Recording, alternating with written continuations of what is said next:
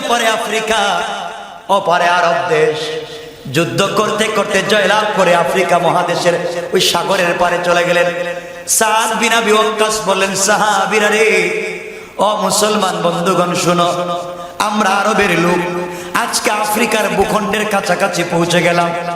আমাদের তো কোনো কাজ নাই, শুধুমাত্র নবীজির সুন্নাত আর আল্লাহর কোরআনকে পৌঁছে দেওয়া। মানুষ আমাদেরকে মারবে না কাটবে তা জানতে চাই না। আজ দুনিয়ার জমিনে বিশ্ব নবী নাই, নবীজি রেখে যাওয়া ইসলাম আরব ভূখণ্ডের মধ্যে থাকবে নাকি আফ্রিকা মহাদেশে কালিমার পতাকা উড্ডীন হবে? সমস্ত মুসলিম মুজাহিদেরা বললেন, সাদ বিন আবি ওয়াক্কাস, আমরা এখানে ক্ষান্ত হব না, আমরা ইসলামের পতাকা আফ্রিকা মহাদেশে উড্ডীন করতে চাই। সাদ বিন আবি ওয়াক্কাস বললেন, মুসলমানেরা শোনো, আফ্রিকা মহাদেশেও যদি ইসলামকে প্রতিষ্ঠা করতে হয়, এই বিশাল বড় মহাসাগর পার হওয়া লাগবে। আমাদের কাছে নৌকা নাই, স্টিমার নাই, আমাদের কাছে লঞ্চ নাই, কেমনে যাইবা?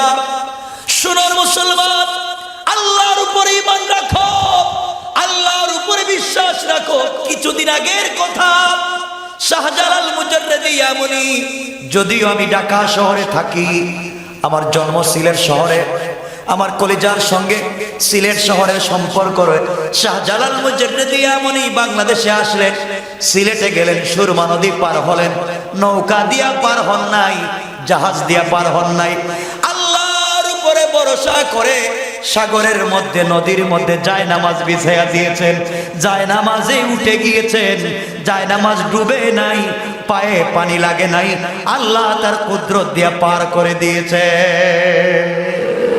সুবহানাল্লাহ, জোরে পড়েন, জোরে পড়েন সুবহানাল্লাহ।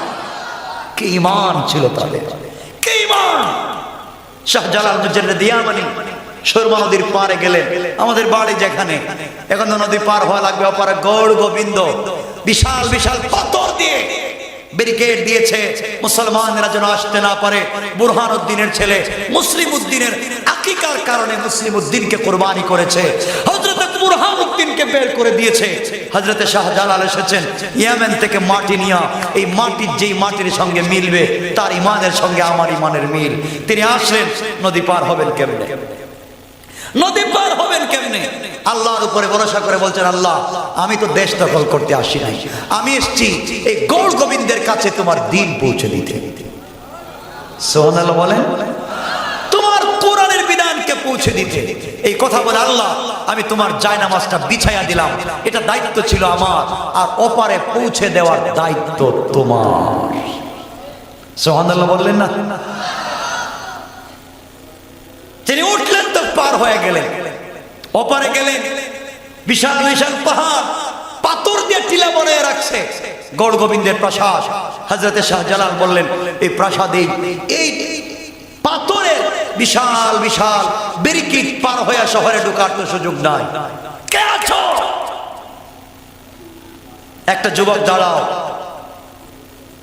যার জীবনে জন্মের পর থেকে বুঝ হওয়া পর্যন্ত তাহার আসরের সুন্নত ছুটে যায় না। আসরের ফরজ না সুন্নত? কথা বলেন না কেন? আসরের সুন্নত ছুটে যায় না। যার জীবনে তাহাজ্জুদ কাজা হয় নাই, দাঁড়াও। দাঁড়িয়ে গিয়েছে একটা যুবক ছেলে, যুবক, তার নাম মীর নাসির। মীর নাসির উদ্দিন দাঁড়িয়ে গেলেন, দাঁড়িয়ে বলেন, শাহজালাল, আমার মনে বলে আমার জীবনে আসরের সুন্নত ছুটে নাই, তাহাজ্জুদ ছুটে নাই। আরে তোমার মতো একটা যুবকের কথা বলছি। হযরত শাহজালাল বলেন, এক কাজ করো, তুমি আযান দাও, আযান দাও। হযরত মীর নাসির আযান দেওয়া শুরু করলেন, এক একটা শব্দ বললেন, সাথে সাথে গৌড় গোবিন্দের প্রাসাদ ভেঙে চুরে আজানও শেষ হয়ে গেল, আর গৌড় গোবিন্দের প্রাসাদ আর টিলা ভেঙে গেল। কোন সুবহানাল্লাহ! কি ঈমান ছিল তাদের, ঈমান দিয়ে জয়লাভ করেছে। আর আপনার ঈমান তো শুধু 2 নম্বরে চিন্তা করে। ঠিক কষ্ট হচ্ছে আপনাদের? বলতেছিলাম সাদ বিন আবি ওয়াক্কাসের কথা।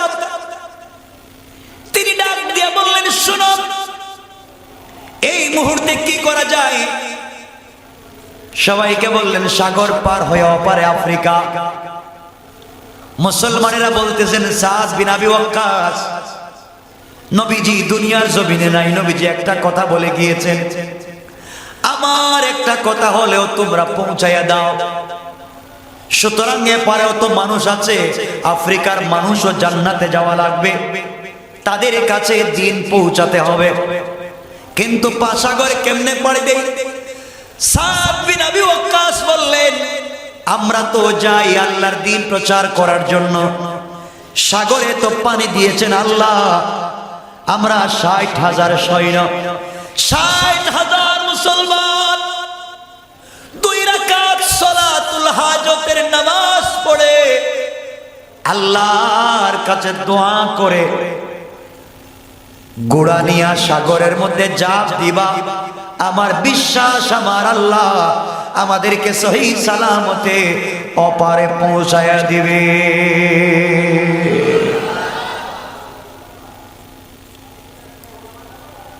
আমার বন্ধুগণ, এক পর্যায়ে সকল মুসলমানেরা আল্লাহর উপরে ভরসা করে সাগরের মধ্যে জাপ দিলেন। জাপ দিলেন, শরীরের মধ্যে পোশাক হাতে আছে, ঘোড়ার পিঠে উঠলেন, সওয়ার হলেন, সাগরের মধ্যে ঘোড়া ছেড়ে দিলেন। আল্লাহর কি কুদরত, তারা ওপারে পৌঁছে গেলেন। তাদের শরীরে পানি লাগা তো দূরের কথা, তাদের ঘোড়ার পায়ে পর্যন্ত পানি লাগে না। কি ইমানের পাওয়ার আর স্পিড! ওপারে পৌঁছে গেলেন, একজন সাহাবী ডেকে ডেকে বললেন, সাদ বিন আবি ওয়াক্কাস, আমরা তো এসেছি ঠিকই, আমার একটা বাটি ছিল, প্লেট, আমার কোনো সম্পদ নাই, ওই প্লেট দিয়ে আমি পানি পান করি, ওই প্লেটে পানি রেখে আমি ওযু করি, রাত্র হয়ে গেলে এই প্লেটটা মাথার নিচে দিয়ে আমি ঘুমাইয়া যাই। এই প্লেট ছাড়া আমার আর কোনো জিনিস নাই, আমার একটা মাত্র সম্পদ, একটা মাত্র প্লেট, মাথার নিচে বালিশ বানাইয়া ঘুমাই, ওযুর পানি নেই, এটা দিয়ে পানি পান করি। আমি নদী পার হতে গিয়ে আমার একটা প্লেট নদীর পানি, সাগরের পানি ভাসাইয়া নিয়ে গেছে। সাদ বিন আবি ওয়াক্কাস বললেন, বাইরে টেনশন করিস না, এই নদী আল্লাহর পানি, আল্লাহর হুকুমে চলে। সাদ বিন আবি ওয়াক্কাস সাগরের পাড়ে দাঁড়ায় বলেন, সাগরের পানি রে, তুমি যদি তোমার মতি গতিতে চলো, তোমার মন ইচ্ছা চলো, তাহলে আমার ভাইয়ের যে প্লেট নিয়ে গেছো দরকার নাই। আর যদি তুমি আল্লাহর হুকুমে পরিচালিত হও, আমরা তো আল্লাহর দ্বীন প্রতিষ্ঠার জন্য এসেছি, আমার ভাইয়ের একটা মাত্র প্লেট তুমি ওইটা পৌঁছায়া দিবা। বলতে দেরি হয়েছে, সাগরে একটা বিশাল ঢেউ এসেছে, ঢেউয়ের সাথে সাথে কোথা থেকে প্লেট এসে নদীর পাড়ে উঠে গেছে। এত আসতে বললেন, আসতে বললেন, জোরে পড়েন না স্যার। ঈমান কারণ কষ্ট হচ্ছে আপনাদের? রাত্র তো 11:30টার উপরে হয়ে যাচ্ছে, বেশি লম্বা করবো না। আমার বন্ধুগণ, বিশ্বনবীর সাহাবীরা পার হয়ে গেলেন, আফ্রিকার ভূখণ্ডে গেলে। আফ্রিকার মানুষেরা তো আশ্চর্য, কি ব্যাপার, এতগুলা মানুষ সাগর পাড়ে দিয়ে আসলো, নৌকা নাই, জাহাজ নাই, স্টিমার নাই, কিছুই নাই, ওরা একটাও দেখি মরলো না, ওদের কাপড়ও দেখি বিছানা, হেফাজত করছেন কে? আমার আল্লাহ বলেছেন, ওয়া মাকারু ওয়া মাকারাল্লাহ ওয়াল্লাহু খায়রুল মাকিরিন।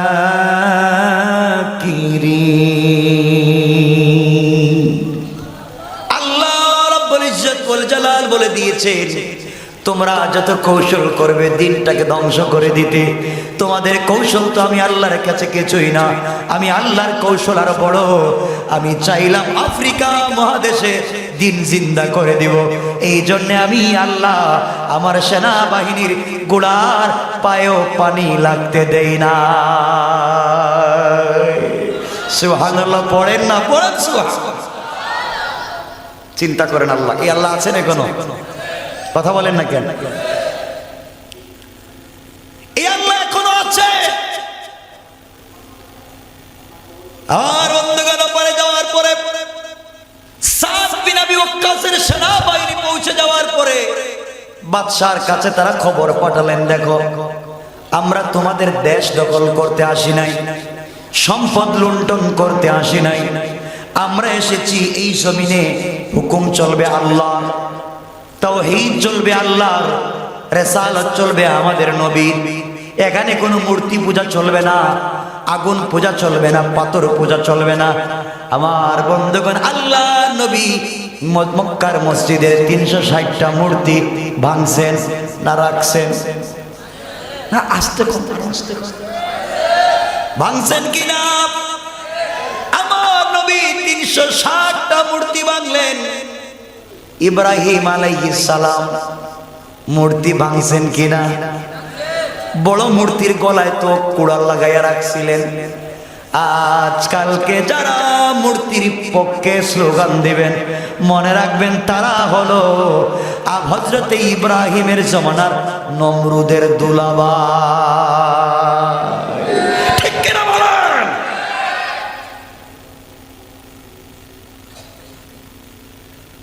আমার মুসলমান ভাইরা,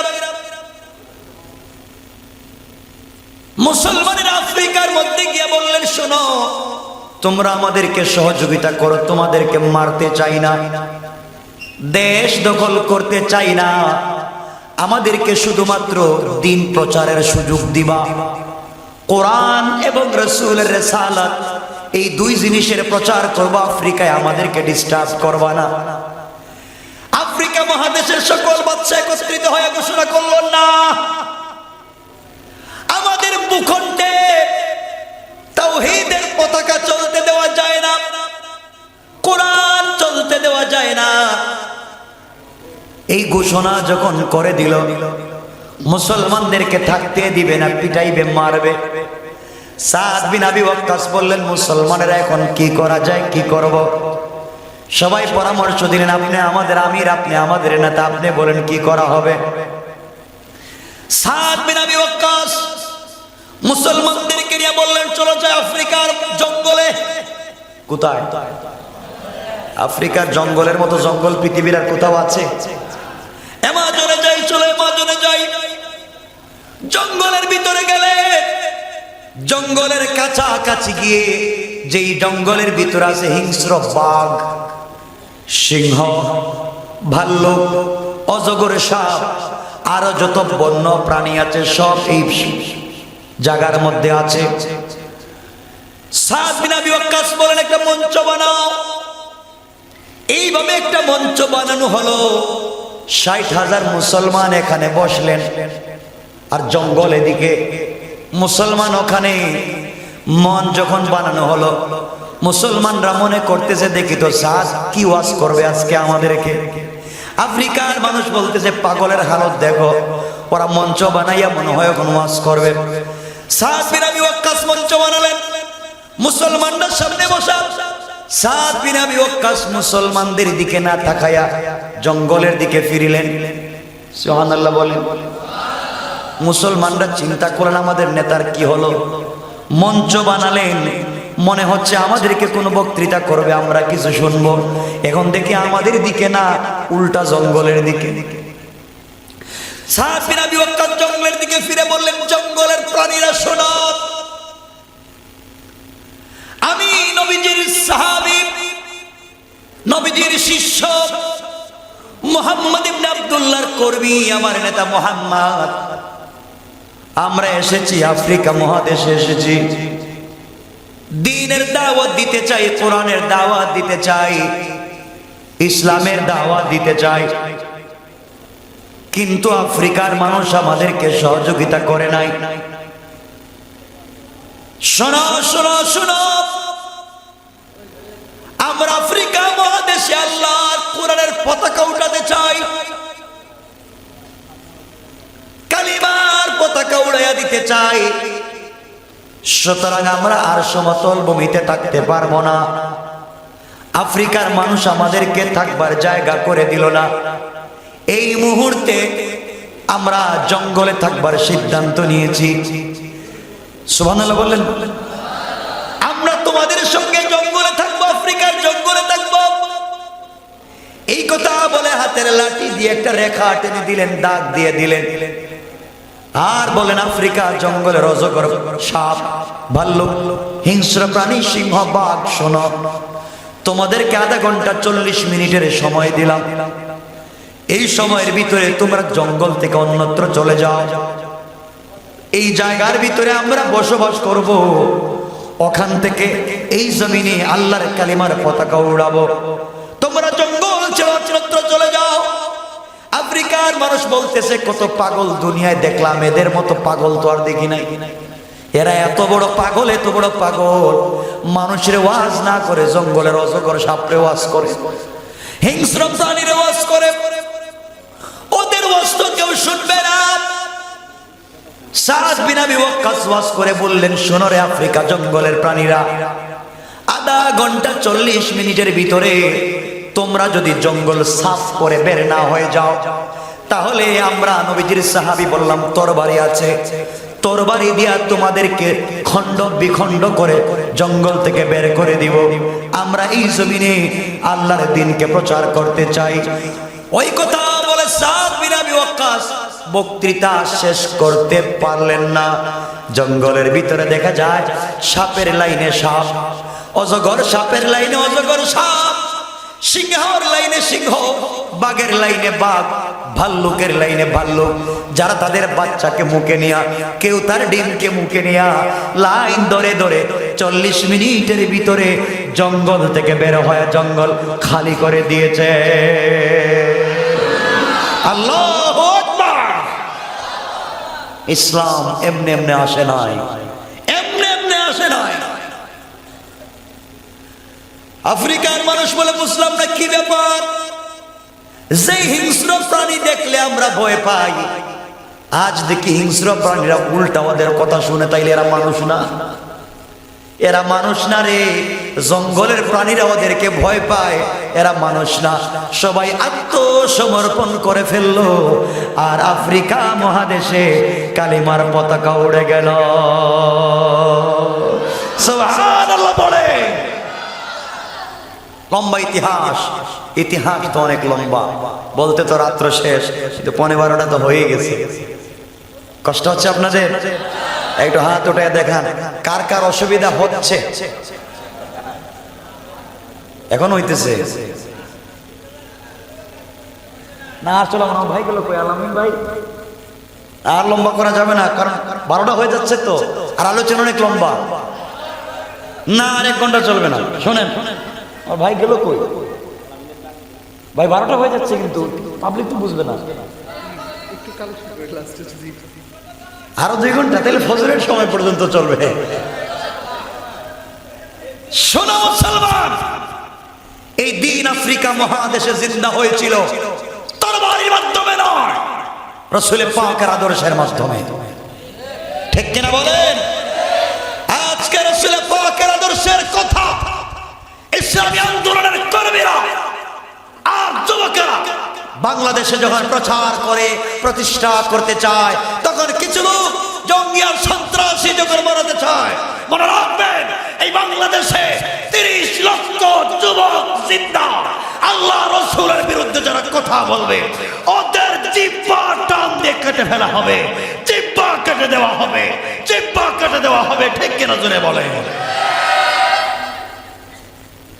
আল্লাহ রাসূলের বিরুদ্ধে কথা বললে কোনো স্যাক্রিফাইস নাই। ঠিক কিনা বলেন? আমার বন্ধুগণ, মনে রাখবেন, হযরতে হুসাইন রাদিয়াল্লাহু তাআলা আনহুর কথা, যেটা আমি আলোচনা শুরু করেছিলাম, সংক্ষেপ 1 মিনিটে বুঝাই দেব, লম্বা করব না। রাসূল ইন্তেকাল করলেন, সবাই মিলে চিন্তা করলেন কাকে খলিফা বানাবেন। মনে আছে না? মনে নাই? শুধুমাত্র গেলাম হযরতে আবু বকরের খলিফা হওয়া। এই সময় কিছু মুসলমান দাঁড়িয়ে বললেন, বিশ্ব নবী হাদিসে বলেছেন, আমার পরে যদি কেউ নবী হতো আল্লাহ ওমরকে নবী বানাইয়া দিতেন, ঠিক কিনা?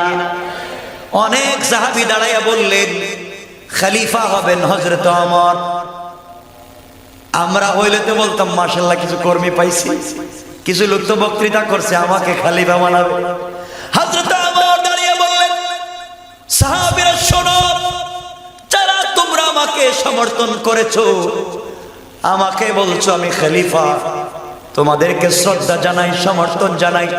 ওই কথা বলে হযরত ওমর চোখের পানি ছেড়ে দিলেন আর ডেকে ডেকে বললেন কই রে নবীজি সেই হিজরতের সাথে আবু বকর কোথায়?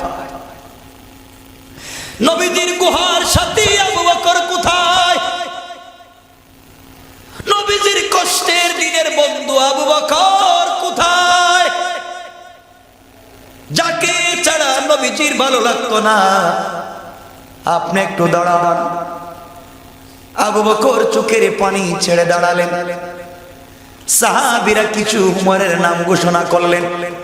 সবাই যেই নেতার নাম ঘোষণা করলেন, ওই নেতা দাঁড়াইয়া আবু বকরকে বলছেন ভাই আবু বকর, তোমার হাতটা বাড়াইয়া দাও, আমি সর্বপ্রথম তোমার হাতে বায়াত নিয়া ঘোষণা করে দিলাম নবীজির পরে নেতা হলে নেতা হবেন আবু বকর। আল্লাহু আকবার। কর্মীরা তাকায়া দেখেন আমাদের নেতাই তো গেছে গা আবু বকরের পালায়, আমরা নেতা বানলাম ওমর রে, ওমরই তো চলে গেছেন আবু বকরের কাছে। কর্মীরা সবাই মিলে হযরত আবু বকরকে নেতা মানলেন। কোন সুবহানাল্লাহ। কিসের ভিত্তিতে হয়েছে? পরামর্শ। কিসের ভিত্তিতে? কিসের ভিত্তিতে? পরামর্শ। আমার বন্ধুগণ, দীর্ঘ 2 বছরের উপরে হযরত আবু বকর রাষ্ট্র চালালেন। এক পর্যায়ে আবু বকর ইন্তেকাল করলেন। সবাই মিলে তিনি চাইলে, আবু বকর চাইলে নিজের ছেলে আব্দুর রহমানকে তিনি বানাইতে পারতেন খলিফা। কথা বল না, আমরা চাই তাই মইরা গেলে আমার ছেলের তিনি চেয়ারম্যান বানাইতে চাই, এমপি মন্ত্রী, যা আমার জায়গা আমার ছেলে থাকুক, আমি প্রেসিডেন্ট, আমার জায়গা আমার ছেলে আসুক, মেয়ে আসুক, ঠিক না? হযরত আবু বকর চাইলে পারতেন নিজের ছেলেকে, তিনি বলছেন না, আল্লাহ রাসূল দি সিস্টেম দিয়ে গিয়েছেন পরামর্শের ভিত্তিতে, আমি আমার ছেলেকে বানায় যাব কেন? বানাতে হবে। সাহাবায়ে কেরাম পরামর্শ করলেন, বানালেন হযরত ওমরকে। সুবহানাল্লাহ বললেন না? হযরত ওমর হয়ে গেলেন খলিফা। চলে গেল দীর্ঘদিন, প্রায় 10 বছরের উপরে। ওমর তো এমন খলিফার নাম, যার নাম শুনলে মানুষ শুধু ভয় পায় না, শয়তানও ভয় পায়। কথা বলেন না কেন? আমরা আজকে গাটাইল থেকে আল্লাহকে বলতে পারি, আল্লাহ তাআলা তুমি বলেছো তোমার নবীর পরে আর নবী দিবা না, আমরা তোমার কাছে নবী চাই না, কিন্তু তুমি তো বলো নাই ওমর দিবা না, এই কথা বলো নাই। আল্লাহ বাংলাদেশে ইসলাম কায়েম করার জন্য তোমার কাছে একজন ওমরের মতো নেতা চায়।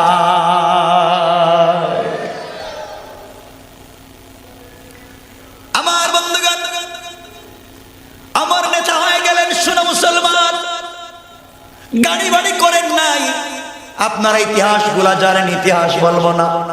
উমরের কাপড় তো 14-18টা তালি দেওয়া থাকতো, ঠিক কিনা? খলিফা ওমর শহীদ হয়ে গেলেন।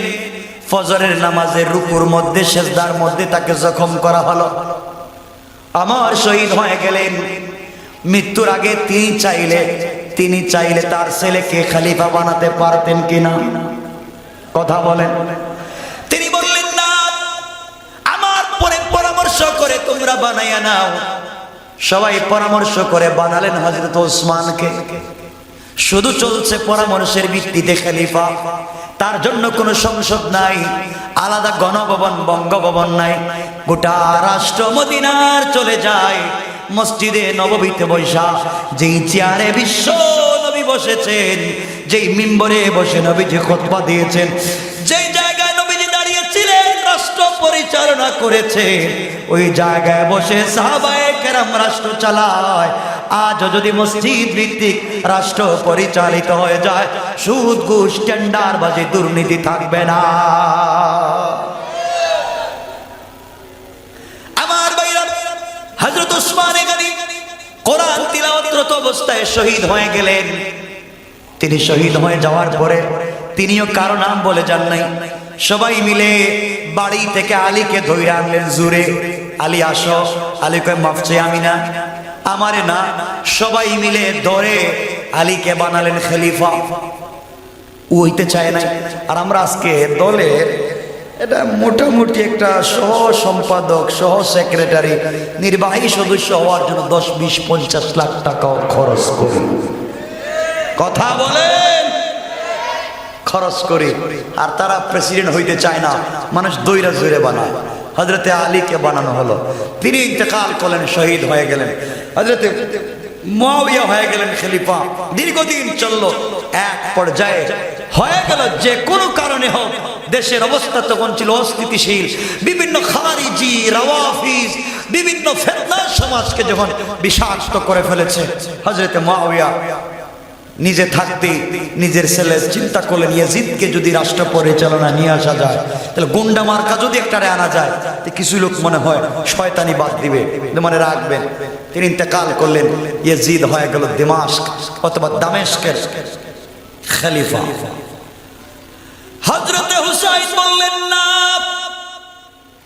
যেই চেয়ারে আমার নানা বসেছেন, যেই চেয়ারে আমার চাচা আবু বকর বসেছেন, আলী আমার বাবা বসেছেন, ওমর উসমান বসেছেন, ওই চেয়ারে একজন মদপানকারী বসবে আমি মানতে চাই না। কোনো স্যাক্রিফাইস নাই, আমি ইয়াজিদকে মানতে চাই না। প্রয়োজনে আমি হুসাইন শহীদ হয়ে যেতে পারি, কারবালায় জীবন দিব, এরপরেও নবীজি নানা জানের চেয়ারে কোনো মদপানকারীকে দেখতে চাই না। ঠিক কিনা বলেন? স্যাক্রিফাইস করলেন না, কনফার্মাইজ করলেন না। লম্বা ইতিহাস তো আপনারা জানেন। তখন মক্কা থেকে বের হয়ে গেলেন। লম্বা ইতিহাস, কারবালার ইতিহাসের দিকে মাত্র গেলাম। যে আয়াত পড়েছিলাম, এই আয়াতের ব্যাখ্যায় যেটা বলতে চাইছিলাম, আল্লামা জালালুল্লাহ জামাখশরী তাফসীরে কাশফে বলেছিলেন যে তোমরা কি ওই দিন পার হও নাই যারা দুঃখ কষ্ট করে দিন প্রচার করে গেল, তোমরা তাদের ধারে কাছেও যাও নাই, এমনি এমনি জান্নাতে যাইবা না। দেখো হুসাইনের জিন্দেগি, ওরাও তো তাসবিহ পড়ে জান্নাতে যায় নাই, জীবনটা দিয়ে তো জান্নাত খরিদ করেছে। ঠিক কিনা বলেন? সুতরাং মাত্র আসলাম, এখন হযরত হুসাইন ইয়াজিদকে মানেন না। কিছু লোক হযরত হুসাইনকে মদিনার খলিফা বানাইয়া দিল। এদিকে ইয়াজিদ দামেস্কের খলিফা হয়ে গেছে। দামেস্কে একটা দেশের কয়জন খলিফা হয়? এখন কয়জন হয়েছে? কথা বলেন না কেন? একজন মদিনায়, একজন দামেস্কে, দুইজন খলিফা। কুফায় ইয়াজিদ খলিফা, কুফায়। হযরত হুসাইন বললেন মানি না। এরপরে কি ঘটলো? হুসাইন কেমনে শহীদ হলেন? তার মাথাটা কেটে তরবারির মাথায় গেঁথে ফুটবলের মতো আঘাত করা হয়েছে।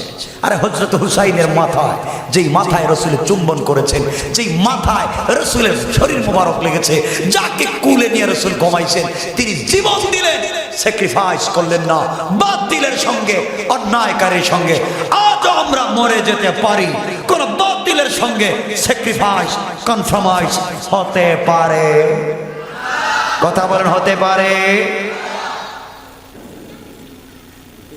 শোনো মুসলমানেরা, শোনো, তোমাদের নেতা আছে, আমাদের নেতা আছে, আমারও নেতা আছে। আমি কোন নেতার কর্মী?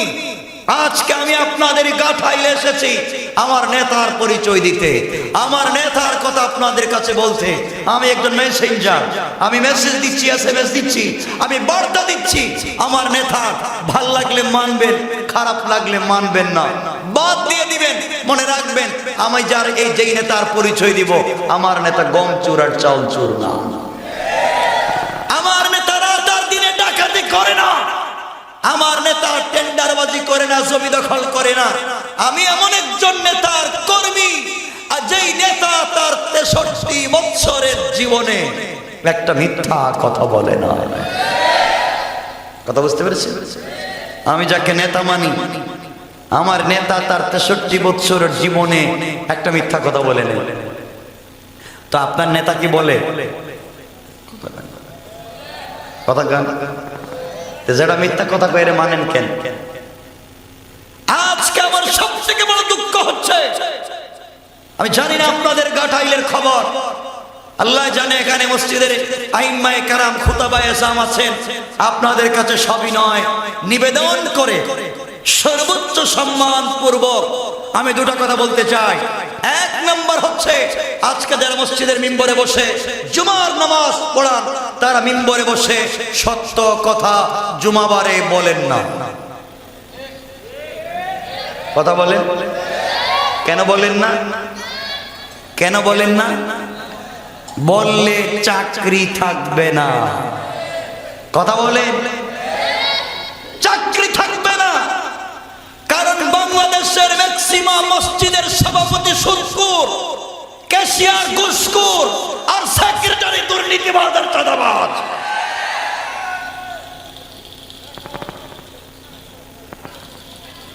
আমি যা বলবো তা বাস্তব, কোরআন হচ্ছে বাস্তব।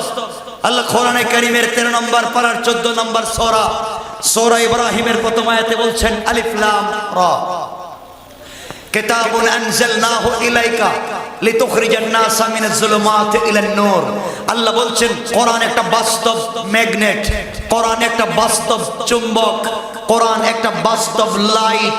তা সিস্টেমে যদি লাগাইয়া দিতে পারো, অন্ধকার থাকবে না, আলোকিত হয়ে যাবে। কোন সুবহানাল্লাহ।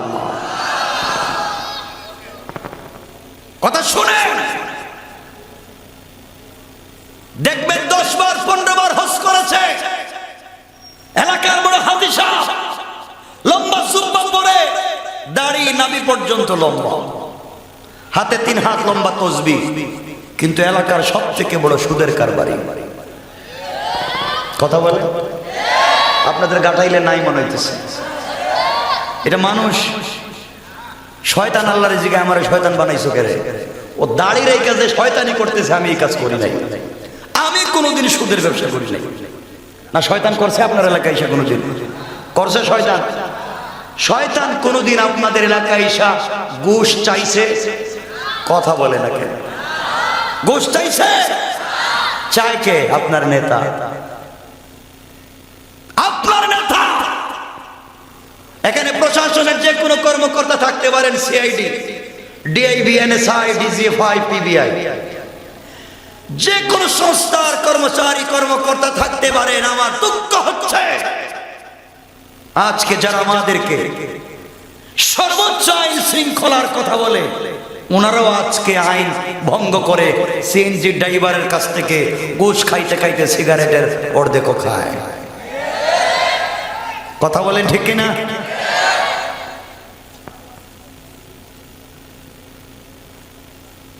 সমাজ আজ কোথায়?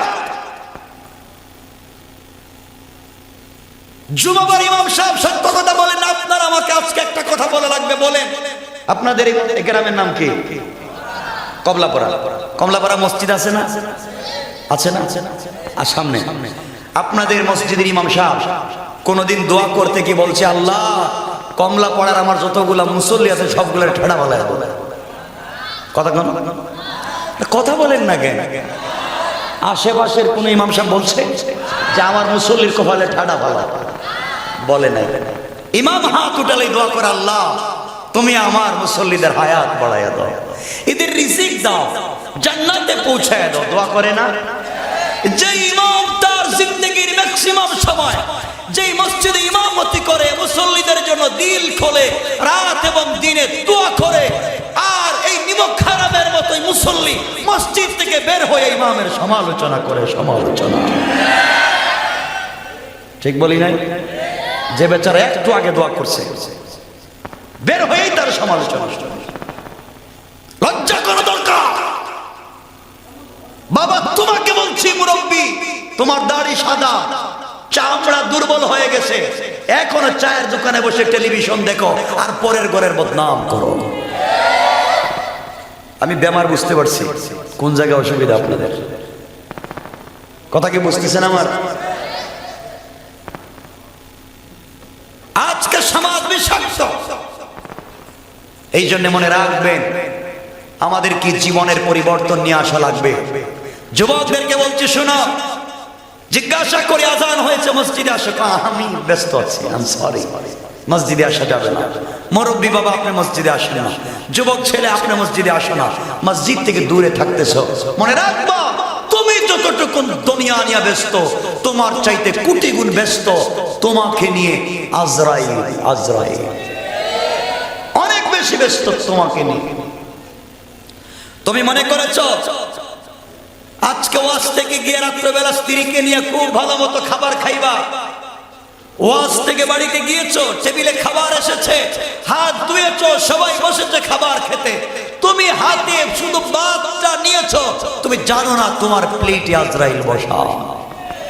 কথা বলে কিসের বাহাদুরি দেখাও, কিসের ক্ষমতা? মনে রাখবেন মুসলমান, তোমার ক্ষমতা ফেরাউনের মতো না, তোমার ক্ষমতা নমরুদের মতো না। ফেরাউন আর নমরুদ কে পৃথিবীতে আছে? আছে। আপনি থাকবেন না, আপনি থাকবেন না। এলাকা অনেক লোক পাওয়া যায় যিনি ঘরে গেলে বউর সাথে জোরে আওয়াজ দিয়ে কথা কয় না, কইলে মায়ের ছেলেও মারে, ছেলের বউও মারে, নিজের বউও মারে। বেচারা মসজিদে এসে ইমাম সাহেবের পিছনে শুধু খুঁচায়। আচ্ছা, এগুলো বাধ্য, যার পিছনে নামাজ পড়ো তাকে ডিস্টার্ব করতে নাই। শোনো মুসলমান, জান্নাতে যাওয়ার কিছু পন্থা আছে, আমরা ভুল পথে পরিচালিত হচ্ছে। আমি যে আয়াত পড়েছি খুব সংক্ষেপে কথাগুলো বুঝিয়ে দিব। কোরআনে কারীমের সূরা আল বাকারা 2 নম্বর সূরা, সূরা আল বাকারার 214 নম্বর আয়াত। আল্লাহ বলছেন, আম হাসিবতুম আন তাদখুলুল জান্নাহ, তোমাদের কি এই ধারণা হয়েছে যে তোমরা জান্নাতে চলে যাবে? তোমরা কি মনে করো যে নামাজ পড়ে জান্নাতে চলে যাবে, রোজা রেখে জান্নাতে চলে যাবে? তোমাদের কি ধারণা? অথচ সেই সমস্ত লোকদের অবস্থা অতিক্রম করনি যারা তোমাদের পূর্বে অতীত হয়ে গিয়েছে, যারা তোমাদের পূর্বে অতীত হয়ে গিয়েছে, যারা ইসলামের জন্য কলিজা দিয়েছে, যারা ইসলামের জন্য জীবন দিয়েছে, তাদের দ্বারে কাছেও যাও নাই, জীবনে কষ্ট অনুভব করো নাই, তুমি কেমনে বিশ্বাস করলে তুমি জান্নাতে চলে যাবে? এরপর আল্লাহ বলছেন, আল্লাহ রাব্বুল ইজ্জত ওয়াল জালালের পরে বলছেন যে যাদের তোমাদের আগে যারা অতিবাহিত হয়েছে তাদের উপরে এসেছিল অনেক বিপদ। এরপর আল্লাহ রাব্বুল ইজ্জত ওয়াল জালাল বলেছেন, আমি অনেক নবী এবং পয়গম্বরদেরকে প্রেরণ করেছি, কিন্তু কত লোক আছে নবীদেরকে মানলো, কত লোক আছে মানলো না। তা আপনাদের কাছে আমার জিজ্ঞাসা, আপনাদের কাছে আমার জানার বিষয় হচ্ছে, আজকে খবর নিয়ে দেখেন আমাদের পরিবারগুলোর কি অবস্থা, দুনিয়ার জমিনে আমাদের কি অবস্থা। মনে রাখবেন, আল্লাহ যে বিধান দিয়েছেন, যে ফর্মুলা দিয়েছেন, এর উল্টা চললেই জাহান্নামে যাওয়া লাগবে। কথা বলেন, কথা বলেন। আজ তুমি আল্লাহকে চিনো না, আল্লাহকে ভালোবাসতে পারো না, আল্লাহর সঙ্গে সম্পর্ক জুড়তে পারো না। আল্লাহ বলেছেন, গোলাম তুই আমার সঙ্গে সম্পর্ক কর, তুই যা চাইবে তার চাইতে 1000 গুণ বেশি আমি তোকে দান করব। সুবহানাল্লাহ পড়ে।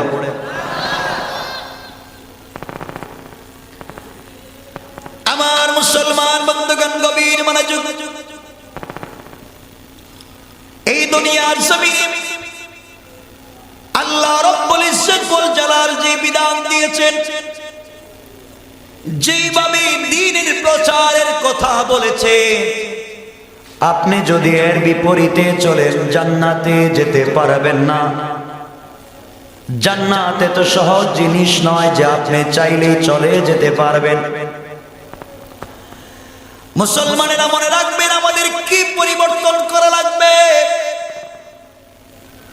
শুধুমাত্র কেবলমাত্র নামাজ পড়লেই জান্নাতে যাওয়া যাবে না। কত লোক আছে নামাজ পড়ে আবার সুদ খায়, কত লোক আছে নামাজ পড়ে আবার ঘুষ খায়, কত লোক আছে নামাজ পড়ে আবার জিনা ব্যভিচার করে, আছে না নাই? কথা বলেন। সুতরাং আপনার নামাজ আপনাকে ততক্ষণ পর্যন্ত জান্নাতে নিবে না যতক্ষণ পর্যন্ত আপনি আপনার চরিত্র ঠিক না করবে। এই দুনিয়ার জমিনে আমার নবীর মতো চরিত্র আর কারো নাই। সুতরাং মুসলমানেরা মনে রাখবে, জান্নাতে যদি যেতে হয়, সমাজের পরিবর্তন যদি ঘটাতে হয়, আজকে আপনারা মসজিদকে বানিয়েছেন নামাজ পড়বার ঘর, নামাজ শেষ হয়ে গেল মসজিদকে আপনারা তালা দিয়ে দেন। কথা বলেন, কেমনে আল্লাহর কাছে আপনারা জবাব দিবেন? এই মসজিদ নামাজ পড়বার জন্যই শুধুমাত্র আল্লাহ দেন নাই। আল্লাহ বলেছেন মুসলমানেরা যেখানে চাইবে ওখানে নামাজ পড়তে পারবে। নামাজ পড়বার জন্য নির্ধারিত কোনো জায়গার প্রয়োজন নাই। আজান হয়েছে, চাইলে ওই মাঠে তার নামাজ আদায় করতে পারবে কি পারবে না? কথা বলেন, যে কোনো জায়গায় নামাজ আদায় করা যায়, কিন্তু নির্ধারিত মসজিদ কেন করলাম? আল্লাহ বুঝাতে চাইলেন, গোলাম রে, একটা সমাজ, একটা রাষ্ট্র, একটা গ্রাম, একটা শহর পরিচালিত হতে গেলে মসজিদ থেকে পরিচালিত হবে। যেই মসজিদের ইমাম নামাজের ভিতরে তেলাওয়াত করবেন জিহাদের কথা, ইমাম সাহেব নামাজের ভিতরে জিনা ব্যভিচারের আয়াত তেলাওয়াত করেন, জিনা করে যদি কেউ তাকে পাথর মেরে হত্যা করা হবে, দুর্রা মেরে হত্যা করা হবে। কেউ যদি চুরি করে হাত কাটা হবে, মিথ্যা কথা বললে তাকে দুর্রা মারা হবে। শুধু নামাজে তিলাওয়াত হয়, বাস্তব জীবনে প্রতিষ্ঠা করা যায় না। মনে রাখবেন, ইসলাম শুধুমাত্র কেবলমাত্র তিলাওয়াত করবার জন্য আল্লাহ দেন নাই। কোরআনটাকে শুধুমাত্র মুখস্থ করবার জন্য আল্লাহ দেন নাই। কোরআনটাকে আল্লাহ দেন নাই শুধুমাত্র তারাবি পড়াবার জন্য। কোরআন আল্লাহ দেন নাই জানাজার জিয়ারত করবার জন্য। কোরআন আল্লাহ দেন নাই সবে কদর আর সবে বরাতে শুধু খতম পড়বার জন্য। আল্লাহ রাব্বুল ইজ্জত ওয়াল জালাল কোরআন দিয়ে বলেছেন, গোলাম রে, তোমার ব্যক্তি জীবন থেকে নিয়ে রাষ্ট্র জীবন পর্যন্ত চলার পথে যত সমস্যা আসবে, সকল সমস্যার সমাধান দিয়ে আমি আল্লাহ তোমার কাছে দিয়েছি আল কোরআন। কান সুবহানাল্লাহ। সকল সমস্যার সমাধান কোথায় আছে? কথা বলেন না কেন? আছে না নাই? তাহলে আপনি কোরআন মানেন না কেন? আপনি কোরআন মানেন না কেন? মনে রাখবেন, আপনাদেরকে বলছি, আপনারা মসজিদে নামাজ পড়ে তাসবিহ পড়েন আর মনে করেন তাসবির নিচে যান না। এটা সহজ কথা নয়। রাসূল চাইলে মদিনার মসজিদে বসে নামাজ পড়ে তাসবিহ পড়তে পারতেন এবং মনে করতেন এই তাসবির নিচে জান্নাত। তিনি জানতেন দিন এইভাবে জিন্দা হবে না, দিন জিন্দা করতে হলে জিহাদের মাঠে যাওয়া লাগবে। ঠিক কিনা বলেন? এই দিনকে আমার নবী জিন্দা করবার জন্য তায়েফের ময়দানে 3 বার রক্তাক্ত হয়েছে। উহুদের মাঠে দান শহীদ করেছেন, মাথায় কড়া প্রবিষ্ট করেছেন। এই দিনকে জিন্দা করবার জন্য হযরতে হামজার কলিজা বের করতে হয়েছে। দিনকে জিন্দা করবার জন্য হযরতে সুমাইয়ার লজ্জাস্থানে বর্ষা নিক্ষেপ করতে হয়েছে। আপনার এই গাটাইল পর্যন্ত দিন আসতে হযরতে খালিদ ইবনুল ওয়ালিদকে জীবন দিতে হয়েছে। ওখান পর্যন্ত দিন আসতে হযরতে ওমরে ফারুককে ফজরের নামাজে রুকু সিজদা অবস্থায় শহীদ হতে হয়েছে। আপনার ওই জায়গা পর্যন্ত ইসলাম আসতে হযরত ওসমান গনিকে কোরআন তিলাওয়াত অবস্থায় শহীদ হতে হয়েছে। তোমার এলাকা পর্যন্ত ইসলাম আসতে আব্দুল্লাহ বিন রাওয়াহার 2টা হাত কেটে দিতে হয়েছে, জাফরের গলা কেটে দিতে হয়েছে, হাত কেটে দিতে হয়েছে, পা কেটে দিতে হয়েছে। হযরতে খুবাইবকে জানাজা ছাড়া কবর দিতে হয়েছে। হাজার হাজার সাহাবীর জীবন দিতে হয়েছে তোমার এখান পর্যন্ত ইসলাম আসতে ইমামে আজম নুমান ইবনে সাবিত ইমামে আবু হানিফাকে জেলের ভিতরে শহীদ হতে হয়েছে, আঘাতপ্রাপ্ত হতে হয়েছে। তোমার এখানে ইসলাম আসতে ইমাম আহমদ ইবনে হাম্বলকে জেলের ভিতরে বেত্রাঘাত খেতে হয়েছে। তোমার এখানে ইসলাম আসতে মুজাদ্দিদ আল-ফেসানিকে জীবন দিতে হয়েছে। তোমার এখানে ইসলাম আসতে সৈয়দ কুতুব শহীদকে শহীদ হতে হয়েছে। তোমার এখানে ইসলাম আসতে মাল্টার বন্দি জীবনে হুসাইন আহমদ মাদানিকে কষ্ট করতে হয়েছে। তোমার এই জায়গা পর্যন্ত ইসলাম আসতে বাংলাদেশের হাজার হাজার ইসলামী আন্দোলনের কর্মীদেরকে মাঠে শহীদ হতে হয়েছে, হাজার হাজার মামলা হামলার শিকার হতে হয়েছে। ইসলাম গাটাইল পর্যন্ত এমনি এমনি আসে নাই। এত কষ্ট করে যে ইসলাম আপনার গ্রাম পর্যন্ত আসলো, এই ইসলামকে নিয়ে কেউ যদি কটাক্ষ করে, ইসলামী আন্দোলনের কর্মীদেরকে কেউ যদি গালি দেয়, যেই যুবকেরা ট্রাক্টর উপরে পেট পরে ইউনিভার্সিটিতে যায়, মুখে দাড়ি রেখে কলেজে যায়, কিছু লোক তাদেরকে নিয়ে টিটকারি করে মস্কারা করে,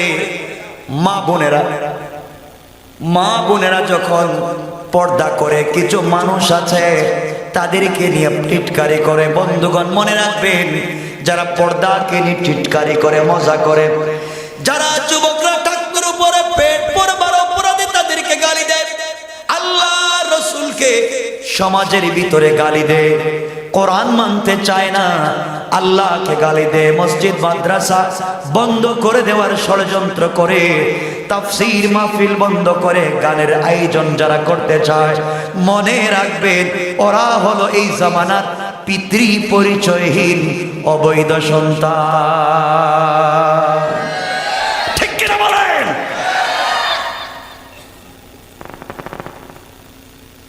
আমার মুসলমান বন্ধুগণ,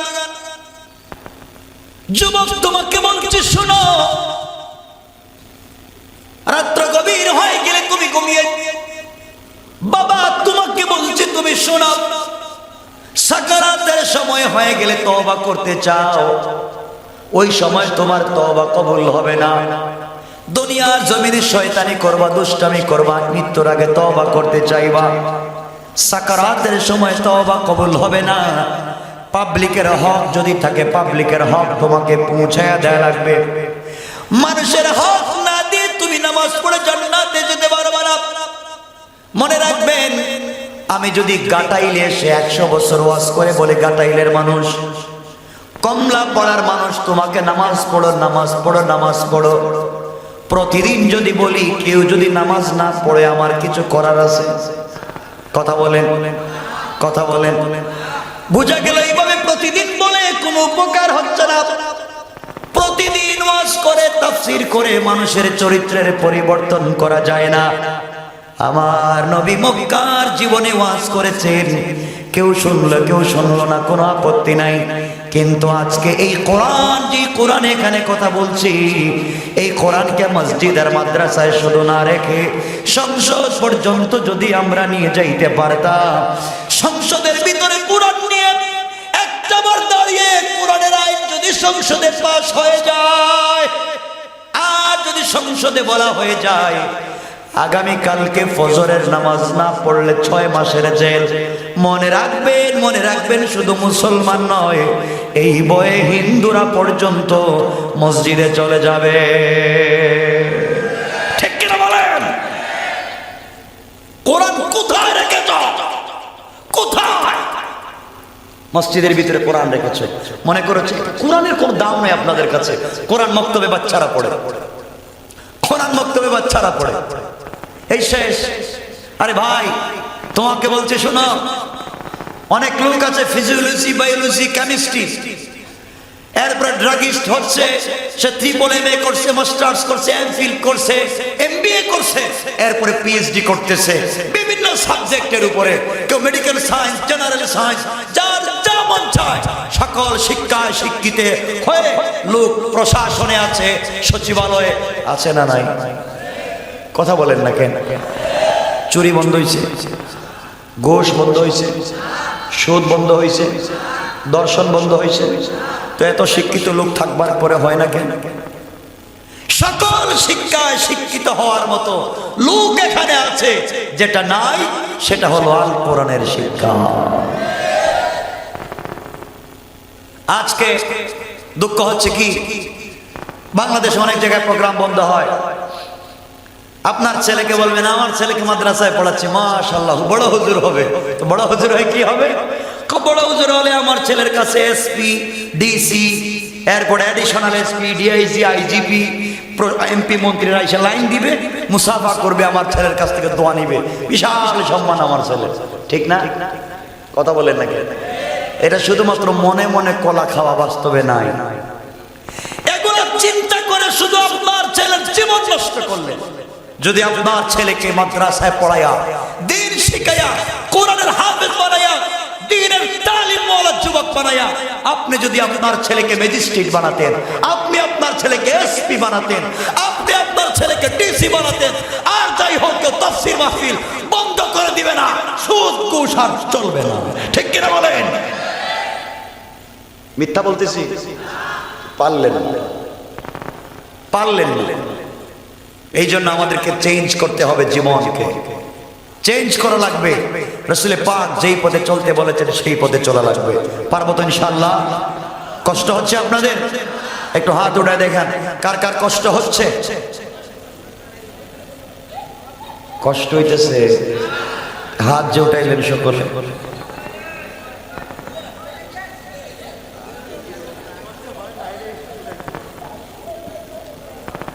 অসুবিধা হচ্ছে না তো? কথাগুলো বুঝতেছেন আমার?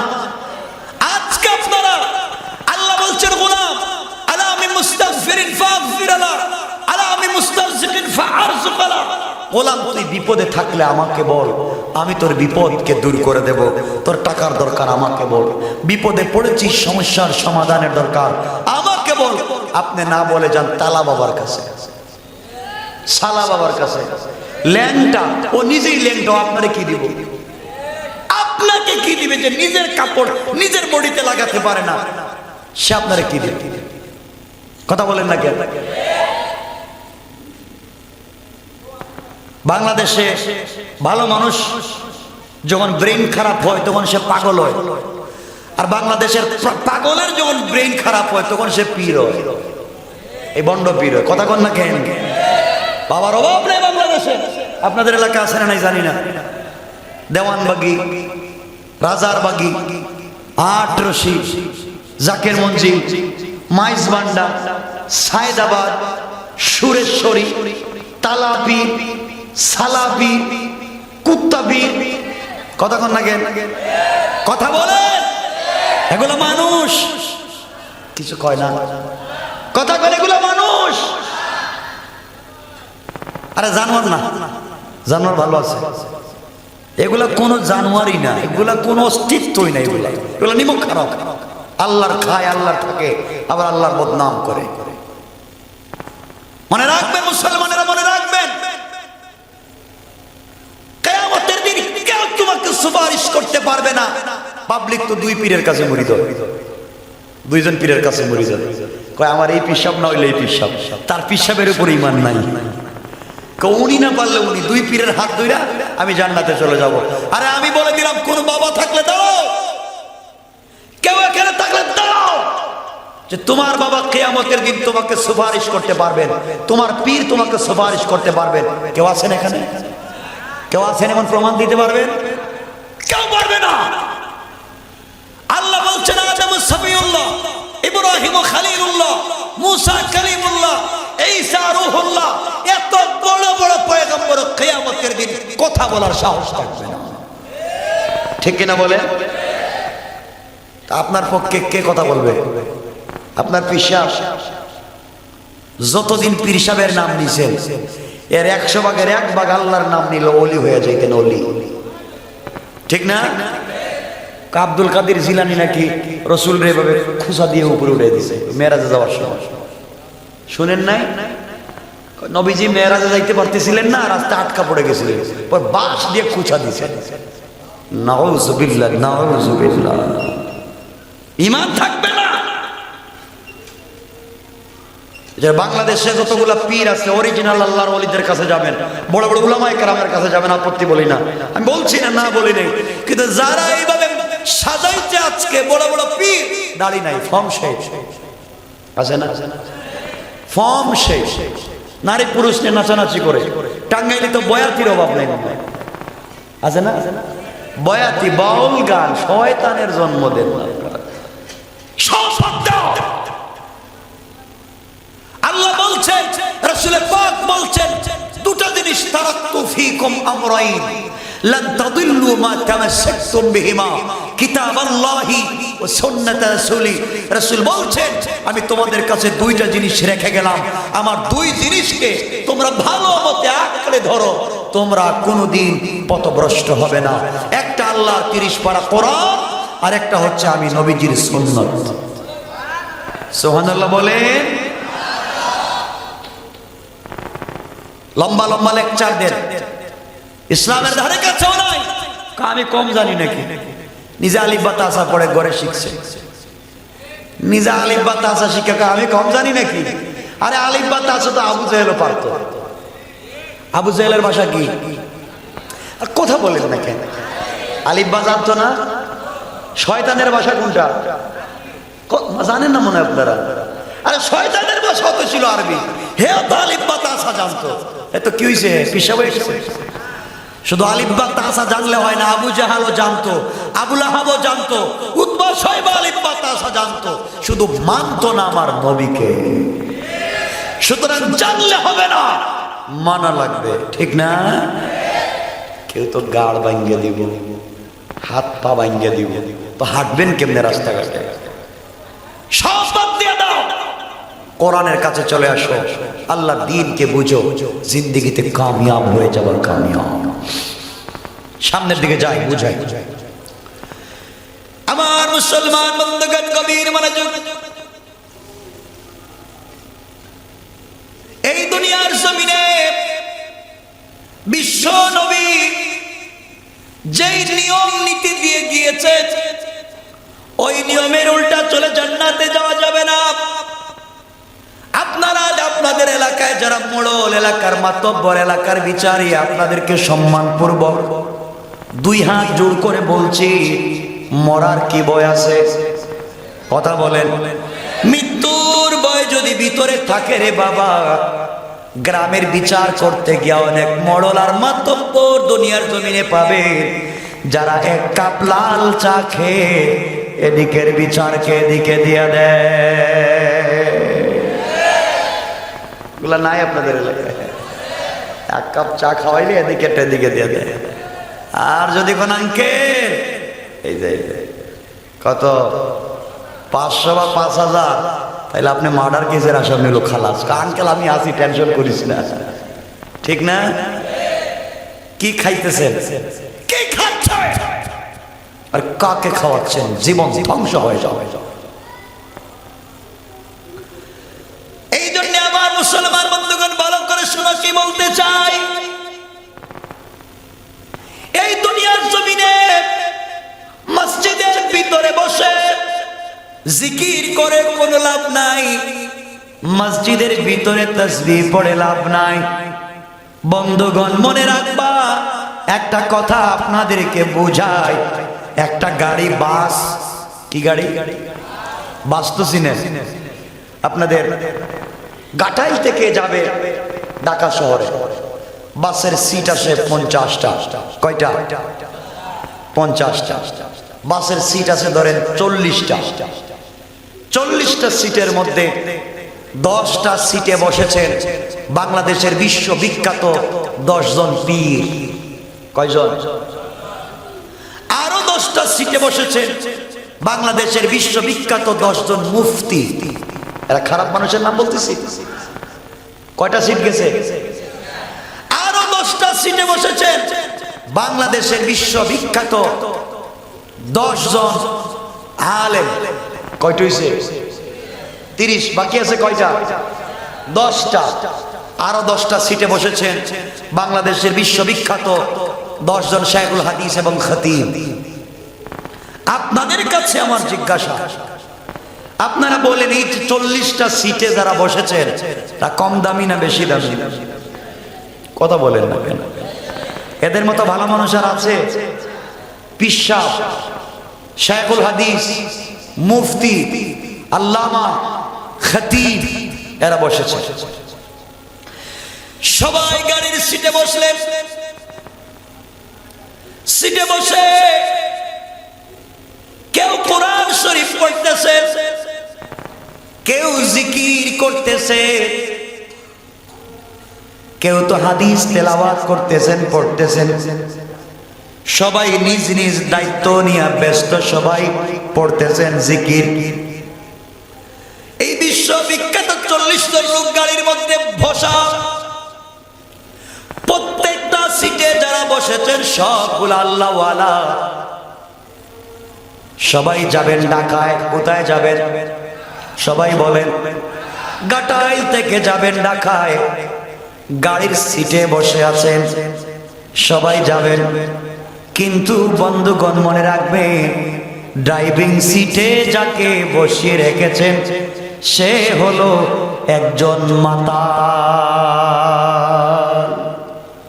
ড্রাইভিং সিটে কে? আপনাদের কাছে আমার জিজ্ঞাসা, প্যাসেঞ্জারের সিটে বসে কেউ জিকির করেন, প্যাসেঞ্জারের সিটে বসে কেউ কোরআন তিলাওয়াত করেন, প্যাসেঞ্জারের সিটে বসে কেউ তাসবিহ পড়েন, প্যাসেঞ্জারের সিটে বসে কেউ হাদিস মুখস্থ করতেছেন। কিন্তু ড্রাইভিং সিটে যাকে বসিয়ে রেখেছেন সে মাতাল, 2 বোতল খাইছে। কয় বোতল? এখন আপনারা বলেন, এই গাড়ি চালাতে গিয়ে যদি রাস্তায় অ্যাক্সিডেন্ট করে, গাড়িও ভাঙবে, ড্রাইভারও মরবে, হেল্পারও মরবে, কিন্তু প্যাসেঞ্জারের কিছু হবে না। কয় না? কয় না? প্যাসেঞ্জারের কিছু হবে না। কয় হবে? প্যাসেঞ্জারের কিছু হবে? কয় হবে? প্যাসেঞ্জারের কিছু হবে? কেন? পিসাব না? কথা কন না কেন? পীর সাহেব বসেছেন, হবে কেন? পীর সাহেব বসছেন, খতিব বসছেন, আল্লামা বসছেন, বুজুর্গ বসছেন, সকলেই যখন বসছেন ক্ষতি হবে কেন? বোঝা গেল শুধুমাত্র প্যাসেঞ্জারের সিটে বসে জিকির করে লাভ নাই। ঠিক মতো যদি গাড়িটা ঢাকা পৌঁছতে হয়, প্যাসেঞ্জারের সিটে বসে জিকির করে লাভ নাই। আগে ড্রাইভিং সিটের মাতালকে পাল্টা। সুতরাং আমার বন্ধুগণ, এই বিশ্বের মনে 200 কোটি মুসলমান প্যাসেঞ্জারের সিটে বসে জিকির করে, তাসবিহ পড়ে, কোরআন পড়ে লাভ নাই, তাহাজ্জুদ পড়ে কোনো লাভ নাই। আগে তোমাদের ড্রাইভিং সিটে যাকে বসাইছো তাকে আগে পাল্টাও। ঠিক কিনা বলেন? দেখেন গাড়ি অ্যাক্সিডেন্ট করে, দেখেন আপনার পেশাব কই যায়। পীরই তো সবকিছু, বুজুর্গই তো সবকিছু। দেখেন না, গাড়ি যখন খাতে যাইব, যমুনা নদী ভাঙ্গিয়া, যমুনা ব্রিজ, তখন আপনার পিসাব না, আমার পিসাব জিকির করতেছে, কিছু হবে না। হবে? সব যাইব। সুতরাং মনে রাখবেন মুসলমান, তোমার আমার ড্রাইভিং সিটে কাকে বসিয়ে রেখেছে তুমি জানো? তোমার আমার গাড়ির ড্রাইভিং সিটে কাকে বসিয়ে রেখেছো তুমি জানো? শুধু মসজিদে তিলাওয়াত করে লাভ নাই, জিকির করে লাভ নাই, কোরআন পড়ে লাভ নাই। আগে যেই জিকির, যেই জিনিস দিয়া করতেছো, যেই কোরআন দিয়া জিকির নিজে করো, ওই কোরআন যদি ড্রাইভারের ভিতরে ঢুকাতে না পারো, ড্রাইভার একদিন দেখবা অ্যাক্সিডেন্ট করে সব ধ্বংস করে দেবে। সুতরাং দেশ যদি বাঁচাতে চাও, দেশ নামক গাড়ির ড্রাইভিং সিটে কোনো মাতাল থাকলে আগে পাল্টাতে হবে। কোন ঠিক কিনা? এই জন্য আল্লাহ রাব্বুল ইজ্জত ওয়াল জালাল বলেছেন, গোলাম রে, এই দুনিয়ার জমিন থেকে কোরআনের বিধানকে ইসলামের বিধানকে সরিয়ে দেওয়ার যত ষড়যন্ত্র করবে, যত কৌশল করস না কেন, আমি আল্লাহর কৌশল তোমাদের চাইতে আরো বড়। তোমরা দিনটাকে মিটাইয়া দেওয়ার কৌশল করবে, আর আমি আল্লাহ ওই জিনিস দিয়া দিনটাকে জিন্দা করে দেব। কোন সুবহানাল্লাহ। এজন্য আমাদেরকে, আমার শুরুর কথা যেটা ছিল, মসজিদ ভিত্তিক রাষ্ট্র ব্যবস্থার দিকে ফিরে যেতে হবে। রাসূল পাক রাষ্ট্র চালিয়েছেন কোন জায়গায় বসে? সবাই বাদ দেন, কথা বলার দরকার নেই। কোন জায়গায় বসে? ওমর কোন জায়গায় বসে? আবু বকর কোন জায়গায় বসে? উসমান কোন জায়গায় বসে? মসজিদে। আর আপনারা মসজিদে দিয়েছেন তালা, কার কোনো কাজ চলবে না, শুধু নামাজ। বুঝলেন না এটা ইহুদি খ্রিস্টানদের কত বড় ষড়যন্ত্র? বুঝলেন না, বুঝলেনই না। আমার মুসলমান বন্ধুগণ মনোযোগ দিয়ে শোনো। হযরত রাসূল পাক সাল্লাল্লাহু আলাইহি ওয়াসাল্লামের কাছে কোরআন যখন নাজিল হয়ে গেল, আল্লাহ বললেন ওয়া আনজির আশীরাতাকাল আকরাবিন। বন্ধু, এবার তুমি তোমার আত্মীয় স্বজন মক্কার মানুষগুলাকে দ্বীনের দিকে দাওয়াত করো, ইসলামের দিকে দাওয়াত করো। বিশ্বনবী সাল্লাল্লাহু আলাইহি ওয়াসাল্লাম তিনি পাহাড়ের উপরে উঠে গেলেন, সাফা পাহাড়ে উঠলেন। মনোযোগ দিয়ে শুনুন কি বলতে চাই। আমার নবী সাফা পাহাড়ে উঠে গেলেন, আর মক্কার মানুষকে ডাক দিয়া বললেন, মক্কার মানুষেরা তোমরা শোনো, ইয়া সাবাহা। নবীজি ডাক দিলেন ইয়া সাবাহা। মক্কার মানুষ তখন মনে করে সকালবেলা কেউ পাহাড়ের উপরে উঠেও যদি ডাক দেয়, কঠিন কোনো বিপদ চলে এসেছে, সবাই দৌড়াইয়া চলে গেল নবীজির কথাগুলো শুনতে। যারা যাইতে পারলো না তারা প্রতিনিধি পাঠাইয়া দিল। আবার বন্ধুগণ সবাই যখন পৌঁছে গেল নবীজি সাফা পাহাড়ের উপরে, মক্কার মানুষ যখন নিচে, আমার নবী ডেকে ডেকে বললেন, মক্কার মানুষেরা, আমি যদি তোমাদের কাছে কোনো কথা বলি তোমরা কি আমার কথাগুলা মানবে? আমার কথাকে কি বিশ্বাস করবে? গোটা মক্কার মানুষ এক বাক্যে জবাব দিল, মুহাম্মদ ইবনে আব্দুল্লাহ, তোমাকে আমরা আলামিন জানি, তোমাকে আমরা বিশ্বাসী এবং বিশ্বস্ত মানি। তুমি কোনো কথা বলতে দেরি হবে, আমাদের মানতে কোনো দেরি হবে না। এবার নবীজি শুধুমাত্র দুটা বাক্য বললেন, শোনো, তোমরা মূর্তি পূজা ছেড়ে দাও, এক আল্লাহর তাওহীদে বিশ্বাস করো। মূর্তি পূজা করা যাবে না, মূর্তির পক্ষে কথা বলা যাবে না, মূর্তি পূজা বাদ দিয়ে দাও, এক আল্লাহর উপরে ঈমান আনো। দুই নাম্বার কথা বললেন, আমাকে নবী এবং রাসূল হিসাবে স্বীকৃতি দাও। বিশ্ব নবী যখন দুইটা কথা বললেন, মক্কার মানুষেরা তখন পর্যন্ত কোনো উত্তর দেয় নাই। মক্কার মানুষ তখন কি বলবে কি বলবে না চিন্তা করতেছে। এমন সময়ে আমার নবীর আপন চাচা আবু লাহাব দাঁড়িয়ে গেল, আর ডেকে ডেকে বলতে লাগলো, তাব্বান লাকা ইয়া মুহাম্মদ সাইরাল ইয়াউম আলিহাযা জামাতানা আয় দাওতানা। ও মুহাম্মদ ইবনে আব্দুল্লাহ, তোমার সারা দিন ধ্বংস হয়ে যাক। তুমি এই কথাগুলা বলবার জন্য কি আমাদেরকে দাওয়াত করেছিলে? এই কথা বলে আমার নবীকে মারবার জন্য হাতের মধ্যে পাথর নিয়ে নবীজিকে আঘাত করতে চাইল। আমার নবীকে পাগল বলে গালি দিল। আবু লাহাব বলতেছে, মুহাম্মদ তুমিও পাগল, তোমার আল্লাহ পাগল। বলেন নাউজুবিল্লাহ।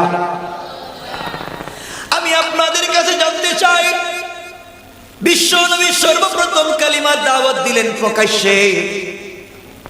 সর্বপ্রথম যেই লোকটা বাধা দিল ওই লোকটা নবীজির কি হয়? কথা বলেন। আওয়াজ করে বলেন। শুধু চাচা না, নবীজির ঘরের লোক, ঠিক না? চাচা বাহিরের লোক না ঘরের লোক?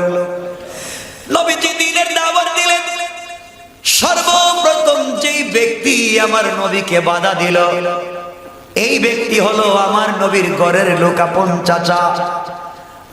আজকালকে আমরা যারা দ্বীনের দাওয়াত মাঠে ময়দানে দেই, ইহুদি খ্রিস্টান আমাদের তত বিরোধিতা করে না যত বিরোধিতা করে আমাদের ঘরের লোক, পাঞ্জাবিওয়ালা আর টুপিওয়ালা।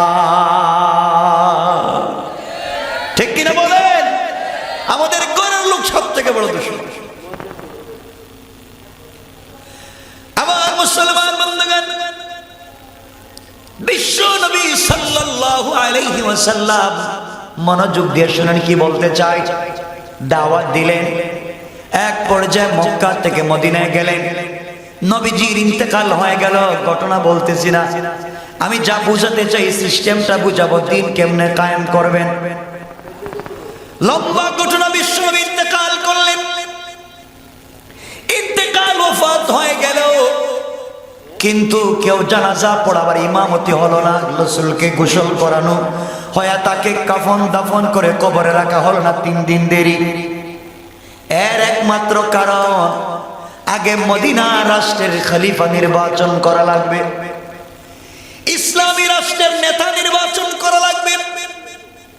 যেই নেতার নেতৃত্বে রাষ্ট্র চলবে, এমন একজন নেতার প্রয়োজন হবে। বন্ধুগণ, মদিনার মসজিদে তখন পরামর্শ বসলো, আমরুহুম শুরা বাইনাহুম, রাষ্ট্র পরিচালনায় কাকে প্রেসিডেন্ট বানানো যায় পরামর্শের জন্য বসলেন। এই সময় আনসারদের একজন দাঁড়িয়ে বললেন,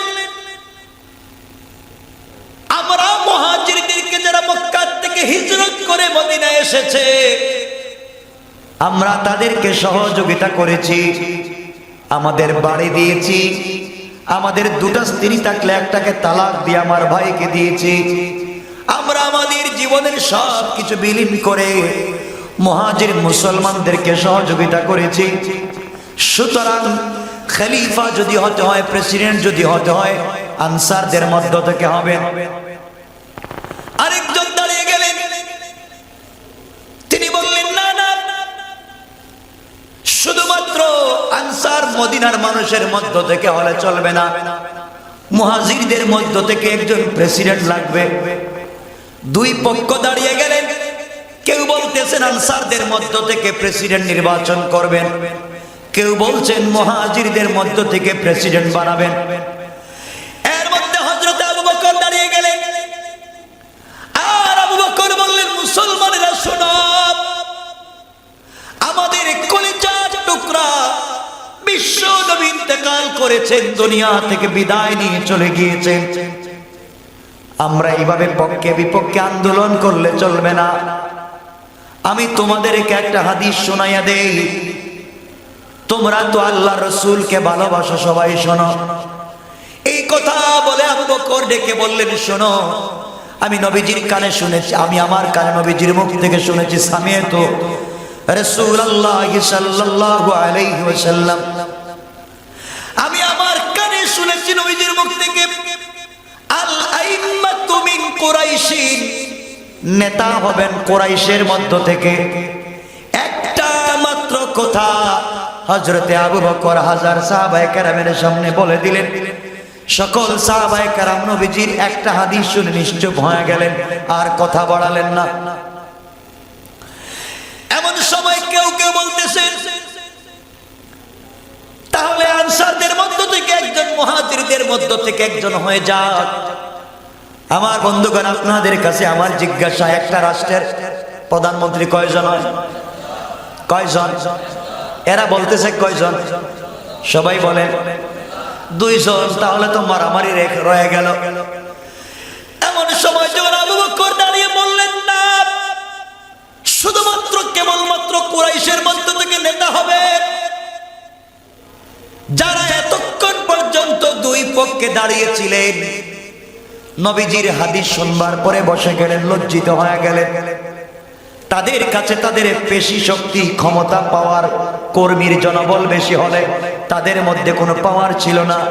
তাদের কাছে যখন তুমি কোরআনের আয়াত আর আমার নবীর হাদিসের কথা বলে দিবা, তিনি যত বড় ব্যক্তি হন না কেন তার কাছে আর কোনো পাওয়ার নাই। ঠিক কিনা বলেন? এই বিশ্বাস ছিল তাদের কাছে। এই জন্য তাদেরকে শয়তানও ভয় পাইতো। ঠিক না? কষ্ট হচ্ছে আপনাদের ভাই?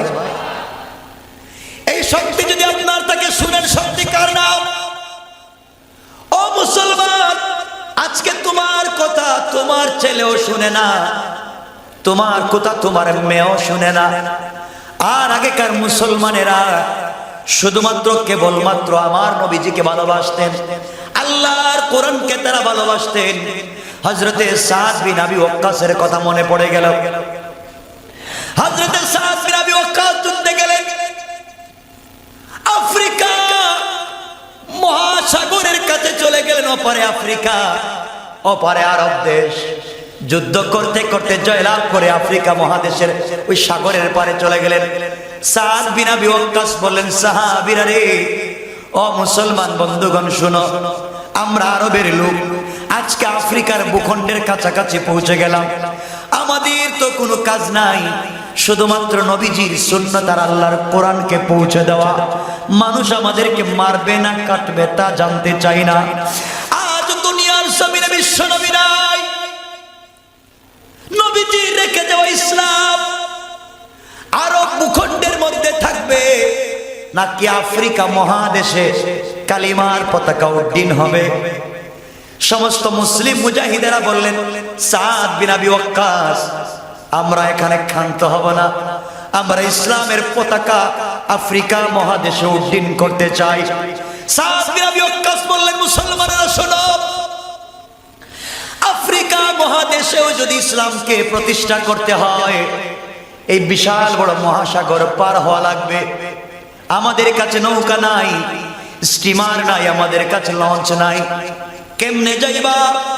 শুনোর মুসলমান, আল্লাহর উপরে ঈমান রাখো, আল্লাহর উপরে বিশ্বাস রাখো। কিছুদিন আগের কথা, শাহজালাল মুজাররিদি ইয়ামানি, যদিও আমি ঢাকা শহরে থাকি, আমার জন্ম সিলেট শহরে, আমার কলিজার সঙ্গে সিলেট শহরের সম্পর্ক রয়েছে।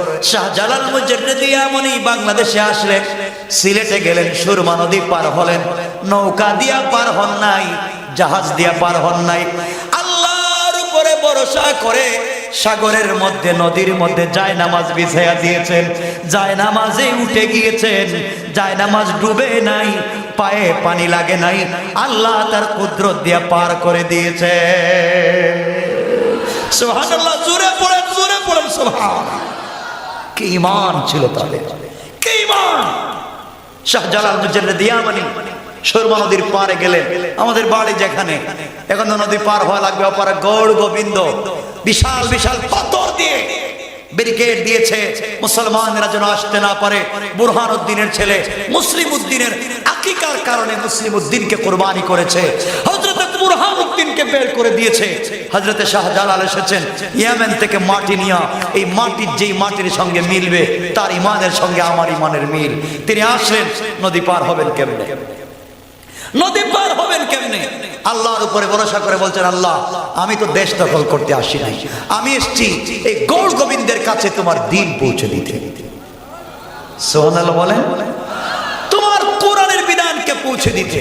এই কথা বলে, আল্লাহ আমি তোমার জায়নামাজটা বিছাইয়া দিলাম, এটা দায়িত্ব ছিল আমার, আর ওপারে পৌঁছে দেওয়ার দায়িত্ব তোমার। সুবহানাল্লাহ বললেন না? তিনি উঠলেন তো পার হয়ে গেলেন, ওপারে গেলেন, বিশাল বিশাল পাহাড় পাথর দিয়ে টিলা বানিয়ে রাখছে, গৌড় গোবিন্দের প্রাসাদ। হযরতে শাহজালাল বললেন, এই প্রাসাদে এই পাথরের বিশাল বিশাল ব্যারিকেড পার হয়ে শহরে ঢোকার তো সুযোগ নাই। কে আছো? একটা যুবক দাঁড়াও, যার জীবনে জন্মের পর থেকে বুঝ হওয়া পর্যন্ত তাহার আসরের সুন্নত ছুটে যায় না। আসরের ফরজ না সুন্নত? কথা বলেন না কেন? আসরের সুন্নত ছুটে যায় না। যার জীবনে তাহাজ্জুদ কাজা হয় নাই, দাঁড়াও। দাঁড়িয়ে গিয়েছে একটা যুবক ছেলে, যুবক, তার নাম মীর নাসির। মীর নাসির উদ্দিন দাঁড়িয়ে গেলেন, দাঁড়িয়ে বলেন, শাহজালাল, আমার মনে বলে আমার জীবনে আসরের সুন্নত ছুটে নাই, তাহাজ্জুদ ছুটে নাই। আরে তোমার মতো একটা যুবকের কথা বলছি। হযরত শাহজালাল বলেন, এক কাজ করো, তুমি আযান দাও, আযান দাও। হযরত মীর নাসির তো আযান দেওয়া শুরু করলেন, এক একটা শব্দ বললেন, সাথে সাথে গড়গোবিন্দের প্রাসাদ ভেঙ্গে চুরে আজানও শেষ হয়ে গেল, আর গড়গোবিন্দের প্রাসাদের টিলা ভেঙ্গে গেল। কোন সুবহানাল্লাহ। কি ঈমান ছিল তাদের, ঈমান দিয়ে জয়লাভ করেছে। আর আপনার ঈমান তো শুধু 2 নম্বরে চিন্তা করে। ঠিক কষ্ট হচ্ছে আপনাদের? বলতেছিলাম সাদ বিন আবি ওয়াক্কাসের কথা। তিনি ডাক দিয়ে বললেন, শুনো, এই মুহূর্তে কি করা যায়? সবাইকে বললেন, সাগর পার হয়ে অপারে আফ্রিকা। মুসলমানেরা বলতেছেন, সাদ বিন আবি ওয়াক্কাস, নবীজি দুনিয়ার জমিনে নাই, নবীজি একটা কথা বলে গিয়েছেন, আমার একটা কথা হলেও তোমরা পৌঁছাইয়া দাও। সুতরাং এপারেও তো মানুষ আছে, আফ্রিকার মানুষও জান্নাতে যাওয়া লাগবে, তাদের কাছে দিন পৌঁছাতে হবে। কিন্তু পাসাগর কেমনে পাড়ি দেই? সাদ বিন আবি ওয়াক্কাস বললেন, আমরা তো যাই আল্লাহর দিন প্রচার করার জন্য, সাগরে তো পানি দিয়েছেন আল্লাহ, আমরা 60,000 সৈন্য, 60,000 মুসলমান 2 রাকাত সালাতুল হাজতের নামাজ পড়ে আল্লাহর কাছে দোয়া করে গোড়া নিয়া সাগরের মধ্যে জাপ দিবা। আমার বিশ্বাস, আমার আল্লাহ আমাদেরকে সহি সালামতে অপারে পৌঁছায়া দিবে।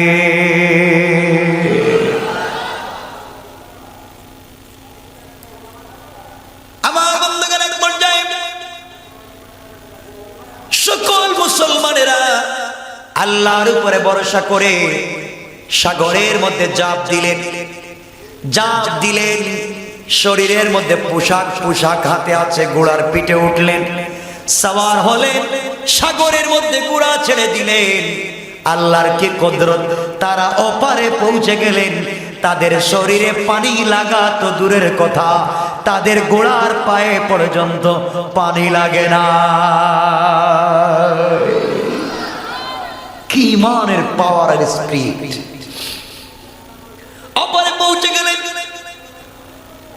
একজন সাহাবী ডেকে ডেকে বললেন, সাদ বিন আবি ওয়াক্কাস, আমরা তো এসেছি ঠিকই, আমার একটা বাটি ছিল, প্লেট, আমার কোনো সম্পদ নাই, ওই প্লেট দিয়ে আমি পানি পান করি, ওই প্লেটে পানি রেখে আমি ওযু করি, রাত্র হয়ে গেলে এই প্লেটটা মাথার নিচে দিয়ে আমি ঘুমাইয়া যাই। এই প্লেট ছাড়া আমার আর কোনো জিনিস নাই, আমার একটা মাত্র সম্পদ, একটা মাত্র প্লেট, মাথার নিচে বালিশ বানাইয়া ঘুমাই, ওযুর পানি নেই, এটা দিয়ে পানি পান করি। আমি নদী পার হতে গিয়ে আমার একটা প্লেট নদীর পানি, সাগরের পানি ভাসাইয়া নিয়ে গেছে। সাদ বিন আবি ওয়াক্কাস বললেন, বাইরে টেনশন করিস না, এই নদী আল্লাহর পানি, আল্লাহর হুকুমে চলে। সাদ বিন আবি ওয়াক্কাস সাগরের পাড়ে দাঁড়ায় বলেন, সাগরের পানি রে, তুমি যদি তোমার মতি গতিতে চলো, তোমার মন ইচ্ছা চলো, তাহলে আমার ভাইয়ের যে প্লেট নিয়ে গেছো দরকার নাই। আর যদি তুমি আল্লাহর হুকুমে পরিচালিত হও, আমরা তো আল্লাহর দিন প্রতিষ্ঠার জন্য এসেছি, আমার ভাইয়ের একটা মাত্র প্লেট তুমি ওইটা পৌঁছায়া দিবা। বলতে দেরি হয়েছে, সাগরে একটা বিশাল ঢেউ এসেছে, ঢেউয়ের সাথে সাথে কোথা থেকে প্লেট এসে নদীর পাড়ে উঠে গেছে। এত আসতে বললেন, জোরে পড়েন না স্যার। ঈমান কারণে কষ্ট হচ্ছে আপনাদের? রাত্র তো 11:30টার উপরে হয়ে যাচ্ছে, বেশি লম্বা করবো না। আমার বন্ধুগণ, বিশ্ব নবীর সাহাবীরা পার হয়ে গেলেন, আফ্রিকার ভূখণ্ডে গেলে। আফ্রিকার মানুষেরা তো আশ্চর্য, কি ব্যাপার, এতগুলা মানুষ সাগর পাড়ে দিয়ে আসলো, নৌকা নাই, জাহাজ নাই, স্টিমার নাই, কিছুই নাই, ওরা একটাও দেখি মরলো না, ওদের কাপড়ও দেখি ভিজা না, হেফাজত করছেন কে? আবার আল্লাহ বলেছেন ওয়া মাকারু ওয়া মাকারাল্লাহ ওয়াল্লাহু খায়রুল মাকিরিন।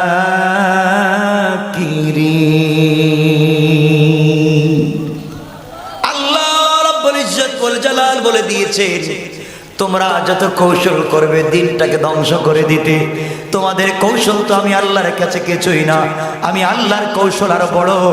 আমি চাইলাম আফ্রিকা মহাদেশে দিন জিন্দা করে দিব, এই জন্য আমি আল্লাহ আমার সেনাবাহিনীর গোড়ার পায়েও পানি লাগতে দেই না।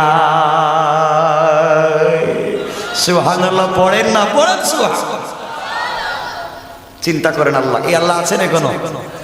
কথা বলেন না কেন? এই আল্লাহ এখনো আছে। আর বন্ধুগণ, পরে যাওয়ার পরে সাদ বিন আবি ওয়াক্কাসের সেনাবাহিনী পৌঁছে যাওয়ার পরে বাদশার কাছে তারা খবর পাঠালেন, দেখো আমরা তোমাদের দেশ দখল করতে আসি নাই, সম্পদ লুণ্ঠন করতে আসি নাই, আমরা এসেছি এই জমিনে হুকুম চলবে আল্লাহ, তাওহীদ চলবে আল্লাহর, রিসালাত চলবে আমাদের নবীর। এখানে কোনো মূর্তি পূজা চলবে না, আগুন পূজা চলবে না, পাথর পূজা চলবে না। আমার বন্ধুগণ, আল্লাহ নবী মক্কার মসজিদের 360টা মূর্তি ভাঙছেন না রাখছেন? না, আস্তে ভাঙছেন কিনা? আমার নবী 360টা মূর্তি ভাঙলেন। ইব্রাহিম আলাইহিস সালাম মূর্তি ভাঙছেন কিনা? বড় মূর্তির গলায় তো কুড়াল লাগাইয়া রাখছিলেন। আজকালকে যারা মূর্তির পক্ষে স্লোগান দিবেন, মনে রাখবেন তারা হলো হযরতে ইব্রাহিমের জমানার নমরুদের দুলাভাই। ঠিক কিনা বলেন?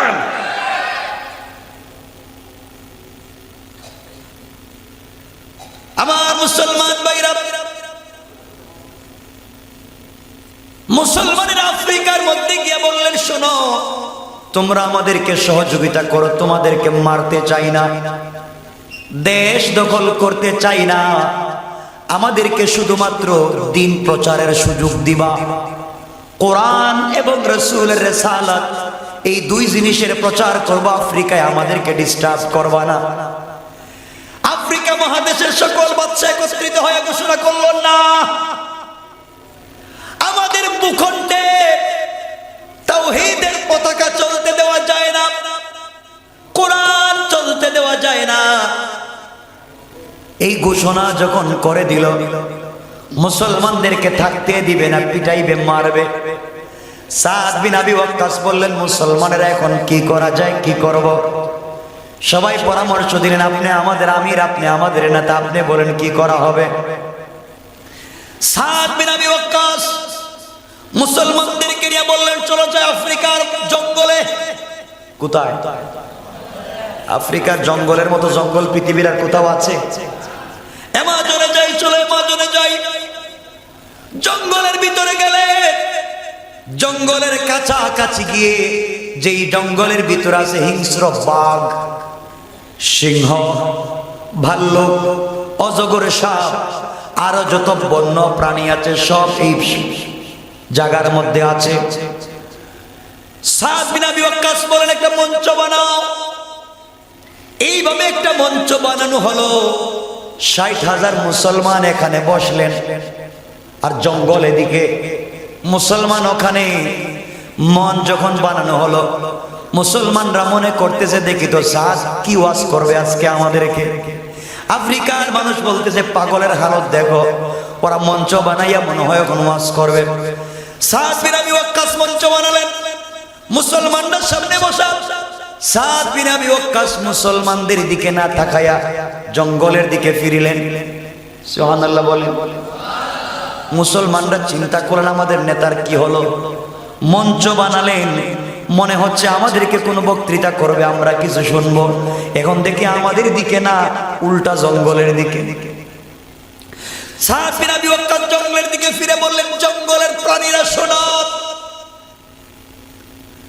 আমি নবীজির সাহাবী, নবীজির শিষ্য মুহাম্মদ ইবনে আব্দুল্লাহর কর্মী, আমার নেতা মুহাম্মদ। আমরা এসেছি আফ্রিকা মহাদেশে, এসেছি দ্বীনের দাওয়াত দিতে চাই, কোরআনের দাওয়াত দিতে চাই, ইসলামের দাওয়াত দিতে চাই।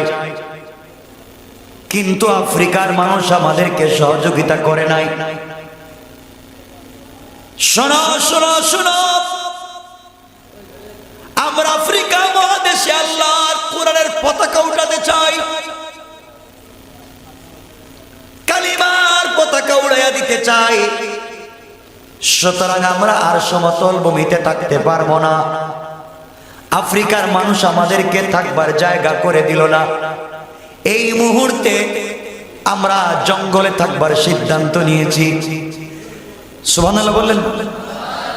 আমরা তোমাদের সঙ্গে জঙ্গলে থাকবো, আফ্রিকার জঙ্গলে থাকবো।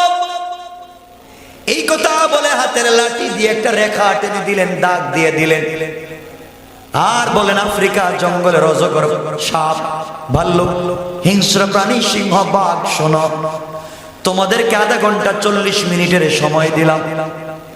এই সময়ের ভিতরে তোমরা জঙ্গল থেকে অন্যত্র চলে যাও। এই জায়গার ভিতরে আমরা বসবাস করব, ওখান থেকে এই জমিনে আল্লাহর কালিমার পতাকা উড়াবো। তোমরা জঙ্গল ছেড়ে অন্যত্র চলে যাও। আফ্রিকার মানুষ বলতেছে, কত পাগল দুনিয়ায় দেখলাম, এদের মতো পাগল তো আর দেখি নাই।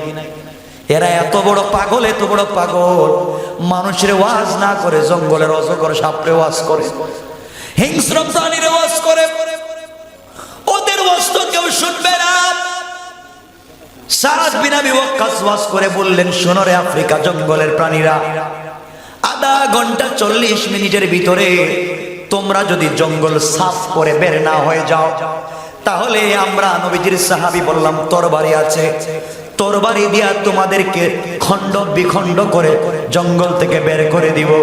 আমরা এই জমিনে আল্লাহর দ্বীনকে প্রচার করতে চাই। ওই কথা বলে সাদ বিন আবি ওয়াক্কাস বক্তৃতা শেষ করতে পারলেন না। জঙ্গলের ভিতরে দেখা যায় সাপের লাইনে সাপ, অজগর সাপের লাইনে অজগর সাপ, সিংহর লাইনে সিংহ, বাঘের লাইনে বাঘ, ভাল্লুকের লাইনে ভাল্লুক। যারা তাদের বাচ্চাকে মুখে নিয়া, কেউ তার ডিমকে মুখে নিয়া লাইন ধরে ধরে 40 মিনিটের ভিতরে জঙ্গল থেকে বের হয়ে জঙ্গল খালি করে দিয়েছে। আল্লাহু আকবার। ইসলাম এমনি এমনি আসে নাই, এমনি এমনি আসে নাই। আফ্রিকার মানুষ বলে, বুঝলাম না কি ব্যাপার, যে হিংস্র প্রাণী দেখলে আমরা ভয় পাই, আজ দেখি হিংস্র প্রাণীরা উল্টা ওদের কথা শুনে, তাইলে এরা মানুষ না, এরা মানুষ না রে। জঙ্গলের প্রাণীরা ওদেরকে ভয় পায়, এরা মানুষ না। সবাই আত্মসমর্পণ করে ফেললো, আর আফ্রিকা মহাদেশে কালিমার পতাকা উড়ে গেল।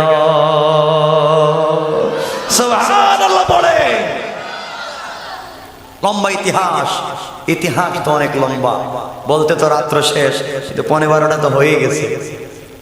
কষ্ট হচ্ছে আপনাদের? একটু হাত উঠে দেখান কার কার অসুবিধা হচ্ছে। এখন হইতেছে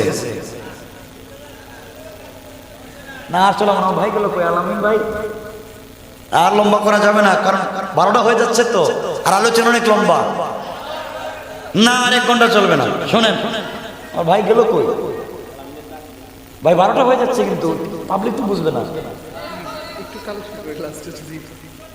আরো 2 ঘন্টা, তাহলে ফজরের সময় পর্যন্ত চলবে।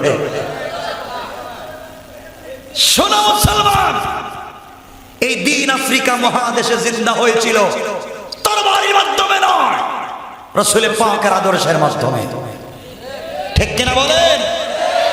আজকে রাসূল পাকের আদর্শের কথা ইসলাম বাংলাদেশে যখন প্রচার করে প্রতিষ্ঠা করতে চায়, তখন কিছু লোক জঙ্গি আর সন্ত্রাসী যখন বানাতে চায়, মনে রাখবেন এই বাংলাদেশে 30 লক্ষ যুবক জিন্দা আল্লাহ রাসূলের বিরুদ্ধে যারা কথা বলবে, ওদের জিহ্বা টান দিয়ে কেটে ফেলা হবে, জিহ্বা কেটে দেওয়া হবে, জিহ্বা কেটে দেওয়া হবে। ঠিক কিনা জোরে বলেন? আল্লাহ রাসূলের বিরুদ্ধে কথা বললে কোনো স্যাক্রিফাইস নাই। ঠিক কিনা বলেন? আমার বন্ধুগণ মনে রাখবেন, হযরতে হুসাইন রাদিয়াল্লাহু তাআলা আনহুর কথা যেটা আমি আলোচনা শুরু করেছিলাম, সংক্ষেপ 1 মিনিটে বুঝাই দেব, লম্বা করব না। রাসূল ইন্তেকাল করলেন, সবাই মিলে চিন্তা করলেন কাকে খলিফা বানাবেন। মনে আছে না মনে নাই? শুধুমাত্র গেলাম হযরতে আবু বকরের খলিফা হওয়া। এই সময় কিছু মুসলমান দাঁড়িয়ে বললেন, বিশ্ব নবী হাদিসে বলেছেন, আমার পরে যদি কেউ নবী হতো আল্লাহ ওমরকে নবী বানাইয়া দিতেন। ঠিক কিনা? অনেক সাহাবী দাঁড়াইয়া বললেন খলিফা হবেন হযরত ওমর। আমরা হইলে তো বলতাম মাশাআল্লাহ কিছু কর্মী পাইছি, কিছু লোক তো বক্তৃতা করছে আমাকে খলিফা বানাবে। হযরত ওমর দাঁড়িয়ে বললেন, সাহাবীরা শোনো, যারা তোমরা আমাকে সমর্থন করেছো, আমাকে বলছো আমি খলিফা, তোমাদেরকে শ্রদ্ধা জানাই, সমর্থন জানাই। ওই কথা বলে হযরত ওমর চোখের পানি ছেড়ে দিলেন আর ডেকে ডেকে বললেন, কই রে নবীজি সেই হিজরতের সাথে আবু বকর কোথায়? নবীজির গুহার সাথে আবু বকর কোথায়? নবীজির কষ্টের দিনের বন্ধু আবু বকর কোথায়? যাকে ছাড়া নবীজির ভালো লাগতো না, আপনি একটু দাঁড়ান। আবু বকর চোখের পানি ছেড়ে দাঁড়ালেন। সাহাবীরা কিছু উমরের নাম ঘোষণা করলেন। সবাই যেই নেতার নাম ঘোষণা করলেন, ওই নেতা দাঁড়াইয়া আবু বকরকে বলছেন, ভাই আবু বকর, তোমার হাতটা বাড়াইয়া দাও, আমি সর্বপ্রথম তোমার হাতে বায়াত নিয়া ঘোষণা করে দিলাম, নবীজির পরে নেতা হলে নেতা হবেন আবু বকর। আল্লাহু আকবার। কর্মীরা তাকায়া দেখেন আমাদের নেতাই তো গেছে গা আবু বকরের পাল্লায়। আমরা নেতা বানলাম ওমর রে, ওমরই তো চলে গেছেন আবু বকরের কাছে। কর্মীরা সবাই মিলে হযরত আবু বকরকে নেতা মানলেন। কোন সুবহানাল্লাহ। কিসের ভিত্তিতে হয়েছে? পরামর্শ। কিসের ভিত্তিতে? কিসের ভিত্তিতে? পরামর্শ। আমার বন্ধুগণ, দীর্ঘ 2 বছরের উপরে হযরত আবু বকর রাষ্ট্র চালালেন। এক পর্যায়ে আবু বকর ইন্তেকাল করলেন। সবাই মিলে তিনি চাইলে, আবু বকর চাইলে নিজের ছেলে আব্দুর রহমানকে তিনি বানাইতে পারতেন খলিফা। কথা কোন? আমরা চাই তাই মইরা গেলে আমার ছেলের চেয়ারম্যান বানাইতে চাই, এমপি মন্ত্রী, যে আমার জায়গায় আমার ছেলে থাকুক, আমি প্রেসিডেন্ট, আমার জায়গায় আমার ছেলে আসুক, মেয়ে আসুক। ঠিক না? হযরত আবু বকর চাইলে পারতেন নিজের ছেলেকে। তিনি বলছেন না, আল্লাহ রাসূল দি সিস্টেম দিয়ে গিয়েছেন পরামর্শের ভিত্তিতে, আমি আমার ছেলেকে বানায় যাব কেন? বানাতে হবে। সাহাবায়ে কেরাম পরামর্শ করলেন, বানালেন হযরত ওমরকে। সুবহানাল্লাহ বললেন না? হযরত ওমর হয়ে গেলেন খলিফা। চলে গেল দীর্ঘদিন, প্রায় 10 বছরের উপরে। ওমর তো এমন খলিফার নাম, যার নাম শুনলে মানুষ শুধু ভয় পায় না, শয়তানও ভয় পায়। কথা বলেন না কেন? আমরা আজকে গাটাইল থেকে আল্লাহকে বলতে পারি, আয় আল্লাহ তাআলা, তুমি বলেছো তোমার নবীর পরে আর নবী দিবা না, আমরা তোমার কাছে নবী চাই না, কিন্তু তুমি তো বলো নাই ওমর দিবা না, এই কথা বলো নাই। আল্লাহ বাংলাদেশে ইসলাম কায়েম করার জন্য তোমার কাছে একজন ওমরের মতো নেতা চায়। আমার বন্ধুগণ, আমার নেতা হয়ে গেলেন। শোনো মুসলমান, গাড়ি বাড়ি করেন নাই, আপনারা ইতিহাস গুলা জানেন, ইতিহাস বলবো না। উমরের কাপড় তো 14-18টা তালি দেওয়া থাকতো, ঠিক কিনা? খলিফা ওমর শহীদ হয়ে গেলেন। ফজরের নামাজের রুকুর মধ্যে সেজদার মধ্যে তাকে জখম করা হলো। ওমর শহীদ হয়ে গেলেন। মৃত্যুর আগে তিনি চাইলে তার ছেলেকে খলিফা বানাতে পারতেন কিনা? কথা বলেন। তিনি বললেন না, আমার পরে পরামর্শ করে তোমরা বানাইয়া নাও। সবাই পরামর্শ করে বানালেন হযরত ওসমানকে। শুধু চলছে পরামর্শের ভিত্তিতে খলিফা। তার জন্য কোনো সংসদ নাই, আলাদা গণভবন বঙ্গভবন নাই। গোটা রাষ্ট্র মদিনার চলে যায় মসজিদে নববীতে বৈশা। যেই চেয়ারে বিশ্ব নবী বসেছেন, যেই মিম্বরে বসে নবীজি খুতবা দিয়েছেন, যেই জায়গায় নবীজি দাঁড়িয়েছিলেন রাষ্ট্র পরিচালনা করেছে, ওই জায়গায় বসে সাহাবায়ে কেরাম রাষ্ট্র চালায়। আজও যদি মসজিদ ভিত্তিক রাষ্ট্র পরিচালিত হয়ে যায়, সুদ ঘুষ টেন্ডারবাজি দুর্নীতি থাকবে না। আমার ভাইরা, হযরত ওসমান গনি কোরআন তিলাওয়াতরত অবস্থায় শহীদ হয়ে গেলেন। তিনি শহীদ হয়ে যাওয়ার পরে তিনিও কারো নাম বলে যান নাই। সবাই মিলে বাড়ি থেকে আলীকে ধইরা আনলেন জোরে, আলী আসো। আলী কয় মাফ চাই আমি না, আমারে না। সবাই মিলে ধরে আলীকে বানালেন খলিফা। ও হইতে চায় নাই। আর আমরা আজকে দলের এটা মোটামুটি একটা সহ সম্পাদক, সহ সেক্রেটারি, নির্বাহী সদস্য হওয়ার জন্য 10, 20, 50 লাখ টাকা খরচ করি। কথা বলেন, খরচ করি।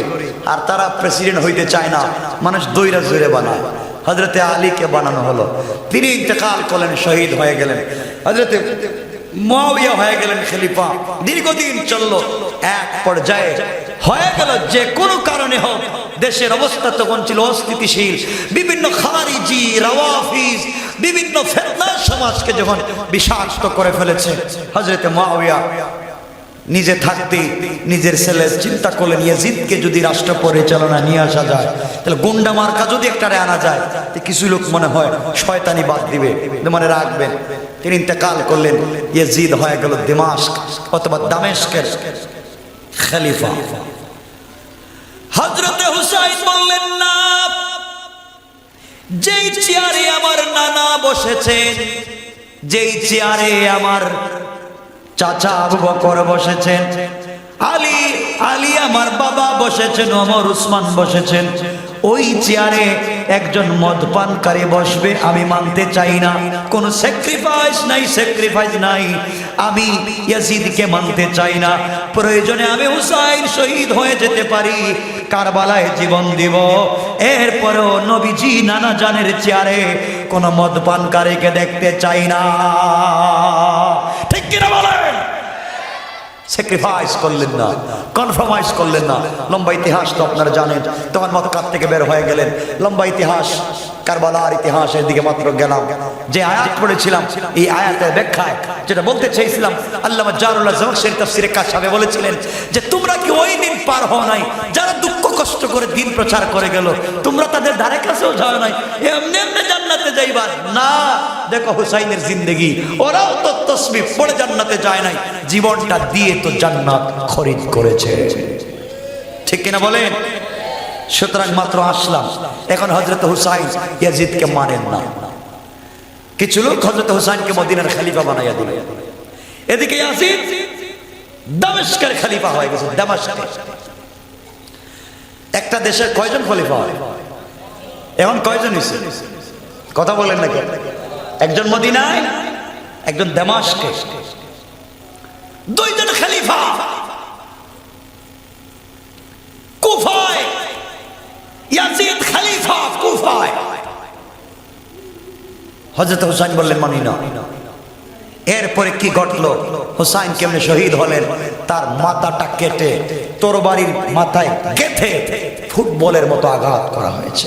আরে হযরত হুসাইনের মাথায়, যেই মাথায় রাসূল চুম্বন করেছেন, যেই মাথায় রাসূলের শরীর মোবারক লেগেছে, যাকে কুলে নিয়ে রাসূল ঘুমাইছেন, তিনি জীবন দিলেন, স্যাক্রিফাইস করলেন না বাতিলের সঙ্গে, অন্যায়কারীর সঙ্গে।